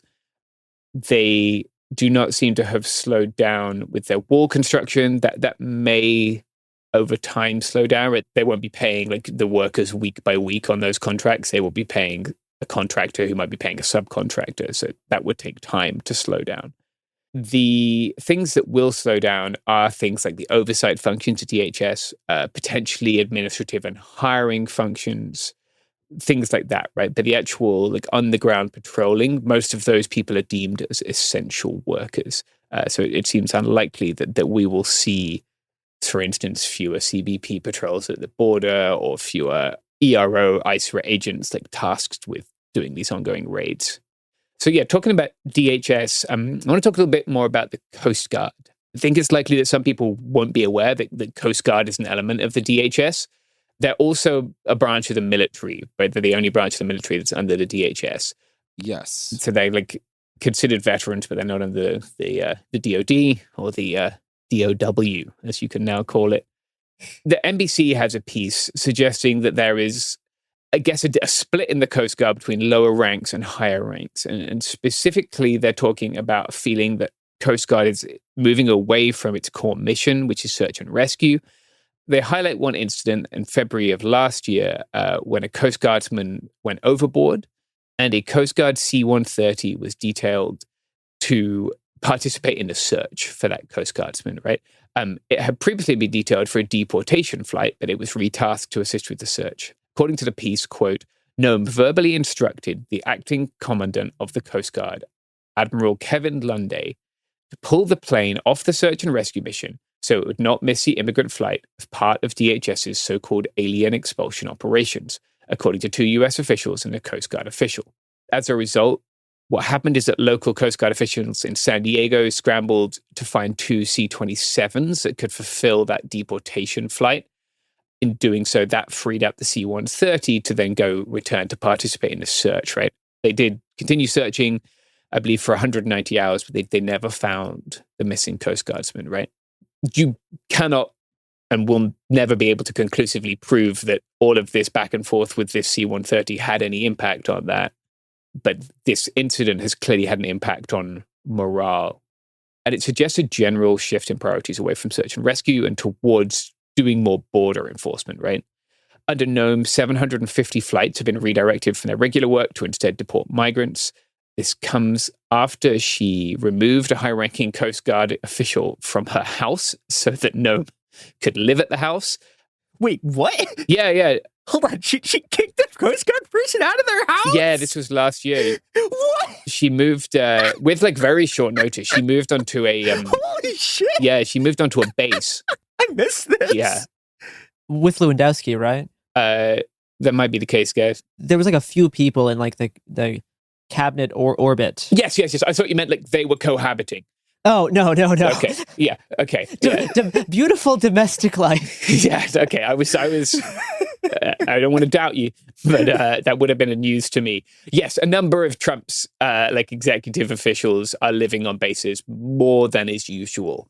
I think the Millers maybe do as well. But yeah, she also purchased 2 Gulfstream jets to fly her around. Unlike most government jets, which tend to be returned to what's called a sterile state after use, that just means that they go back to being completely clean. Like they're like a generic jet. They're not your jet. Nome prefers to keep some personal items aboard the Gulfstreams, where one of these items, a heated blanket, was left behind after her jet broke down and she had to switch planes. Corey Lewandowski reportedly shouted at the Coast Guard flight staff and demanded they turn around before attempting to fire the pilot, who refused to do so. Jesus Christ! I need my blankie. I need my blankie. Turn around. Yeah, I think she'd had a rough week, I guess. Wanted the blanket. These are absolutely just like the softest fascists that have ever ruled a country. Like, I turn a flight around because I left my baby blanket. Like, yeah, right. Like, oh god. Fortunately, I guess they de-escalated that one and continued the flight blanket free. You tried to fire the pilot. Yeah, I think it is interesting to look at Coast Guard's morale, right? Like, Coast Guard's traditional mission has been search and rescue and then the interdiction of like drug vessels. And they have been doing a great deal of border enforcement stuff and removal stuff. And it is obviously, like, for people who have been at the Coast Guard for a long time, not what they joined the Coast Guard to do. I will just say that there are very few areas in which the United Kingdom has worked shit out, but the lifeboats are one of them. They are mentioned in mutual aid. The Royal National Lifeboat Institute has an article on Kropotkin on their website. Incredible. And it is one of the really genuinely good things about Britain. By contrast, they are not part of our government security apparatus. Yeah, because that makes no sense. The entire agency of DHS makes no sense whatsoever. Yeah, it's just because there are better ways to do this. I mean, it makes a lot of sense as the president's private army. Yeah. For our final segment in this episode, some tragic news. On Monday afternoon, February 16th, 2 people were killed in a shooting at a hockey game in Pawtucket, Rhode Island, before the shooter died by suicide. 3 others were shot but survived their injuries. In the aftermath of this tragedy, people across the right and the left have both used this shooting offensively and defensively in the culture war because of the shooter's gender identity and far-right conspiratorial politics, even though evidence points towards this being targeted domestic violence. The deceased are the shooter's ex-wife and eldest son, and the deceased ex-wife's parents were critically wounded but survived, as did a family friend. The shooter's other son was on the ice playing hockey while the shooting took place. Ordinarily, we would not talk about an incident like this in the news because there's a lot of domestic violence shootings that happen across the United States every week, and not all of them become national news stories. This is news because of its weaponization in the political culture war. But under most methodologies, like, this incident would not even be categorized as a mass shooting because less than 4 people died. It does qualify under the gun violence archive criteria, which counts injuries, not deaths, in which this would be the 41st shooting in the US this year. But after the shooting took place, right-wing accounts and influencers started using this as a part of their trans mass shooter narrative. On Monday night, the Pawtucket police said that they believed the shooting stemmed from a family dispute. The shooter was 56 years old with 6 kids. About 10 years ago, the shooter started identifying as a transgender woman and used the name Roberta Esposito. The legal last name is Dorgan. They're not Hispanic. Oh. The shooter was divorced about 5 to 6 years ago. And Dorgan's ex-wife lists the grounds for divorce in the documents as, quote, gender reassignment surgery, narcissistic and personality disorder traits. Then she crossed that out and instead wrote, quote, irrevocable differences which caused the irremediable breakdown of the marriage, unquote. The shooter was extremely active on Twitter, made anti-Semitic and conspiratorial posts, and frequently interacted with a large assortment of mega influencers as well as far-right neo-Nazi and conspiracy theory influencers like Nick Fuentes and Alex Jones. Dorgan also shared pictures of a massive SS Totenkopf tattoo on their right arm. Yeah. And wrote on Twitter, quote, "Post-op trans to the right of Hitler," and, quote, "You can be pro-LGBT and pro-Trump," unquote. From looking through their Twitter, it mostly appears to be someone who is suffering from extreme mental distress. It's hard to, chart how much of the political beliefs that can be displayed on the Twitter are genuinely held versus how much they relate to longstanding mental health issues this person suffered from, which I'll get into in a sec. I'm still a little hung up on the name. The name also, I think, relates to just this person's very, very not well. Okay, they're just trying to piss people off, with... Okay. Correct. I think everything about this person can be seen as an expression of antisociality. Okay. Yeah, I'm just trying to... Politics, their presentation, their name. Now, while right-wing news agencies and influencers have used this horrifying incident of domestic violence for their trans mass shooter narrative, framing every trans person as at risk of randomly becoming a mass killer while ignoring this shooter's own extremist politics, people on the left have blamed this tragedy on the shooter being a quote-unquote far-right Trump supporter or a quote-unquote Nazi groyper. And this is in part a defensive reaction against the right's own misleading and non-sourced claims about a statistical epidemic of trans violence. But laying blame on Make America Great Again and the MAGA movement doesn't really get us much closer to understanding this violence. We're so used to defaulting to this partisan culture war, ideological explanation for the cause of public violence, whether that's, for the right trans ideology or neo-Nazism. Even though both in this case and the shooting in Canada last week, which I talked about a few days ago on the show, this was antisocial, unstable, and self-destructive individuals who killed family members and then created a deadly public situation, leading them to kill themselves. Despite Nazi tattoos and Twitter posts, this hockey game shooting was not ideologically motivated violence. This was targeted interpersonal violence against family stemming from extreme mental health issues. This goes beyond right-left politics. This shooter just seemed to be drawn to anything seen as extreme or anything that produced antisocial effects. The daughter of the shooter briefly spoke to local news on Monday, saying that the shooter was her father and that the shooter had quote-unquote mental health issues and was quote-unquote very sick. The Rhode Island Coalition Against Domestic Violence said in a statement Monday night, quote, "While details are still emerging, we know that violence within families and intimate relationships can have devastating and far-reaching impacts.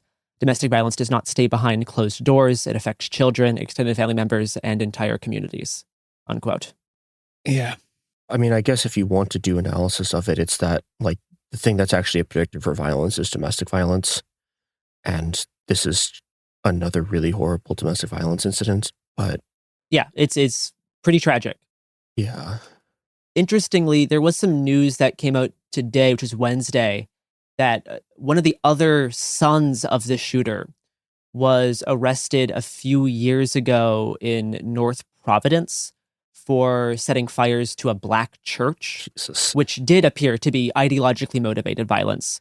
And police found notebooks inside of this person's home filled with hateful writings, quote, "Gun down everyone that isn't white.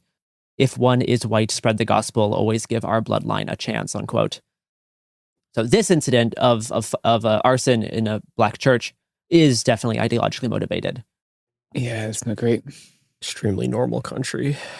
And this person was sentenced to 6 years in prison. Oh, wow. So the person that's the son of the person... The son of the shooter. One of the sons of the shooter. Okay, yeah, because they had several sons. Yeah. So just a pretty tragic series of incidents with this family. I do find it really disturbing that the thing that you mentioned, Gare, where people just kind of drop into a channel when it comes to responding to a tragedy like this.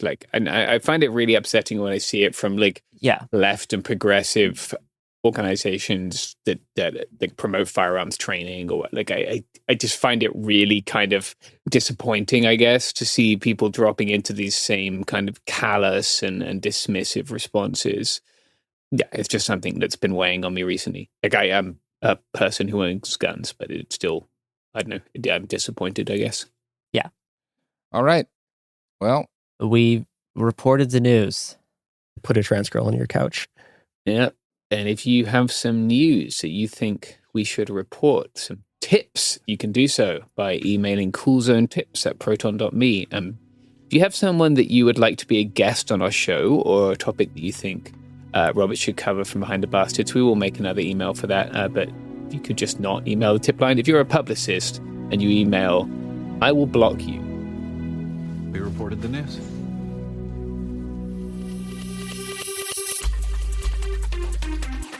Hey, we'll be back Monday with more episodes every week from now until the heat death of the universe. It Could Happen Here is a production of Cool Zone Media. For more podcasts from Cool Zone Media, visit our website, coolzonemedia.com, or check us out on the iHeartRadio app, Apple Podcasts, or wherever you listen to podcasts. You can now find sources for It Could Happen Here listed directly in episode descriptions. Thanks for listening.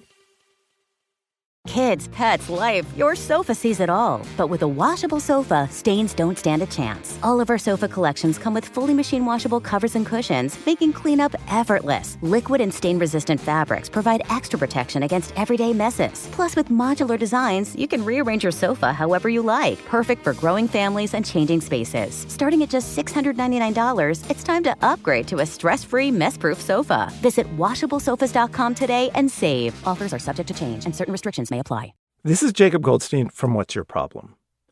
When you buy business software from lots of vendors, the costs add up and it gets complicated and confusing.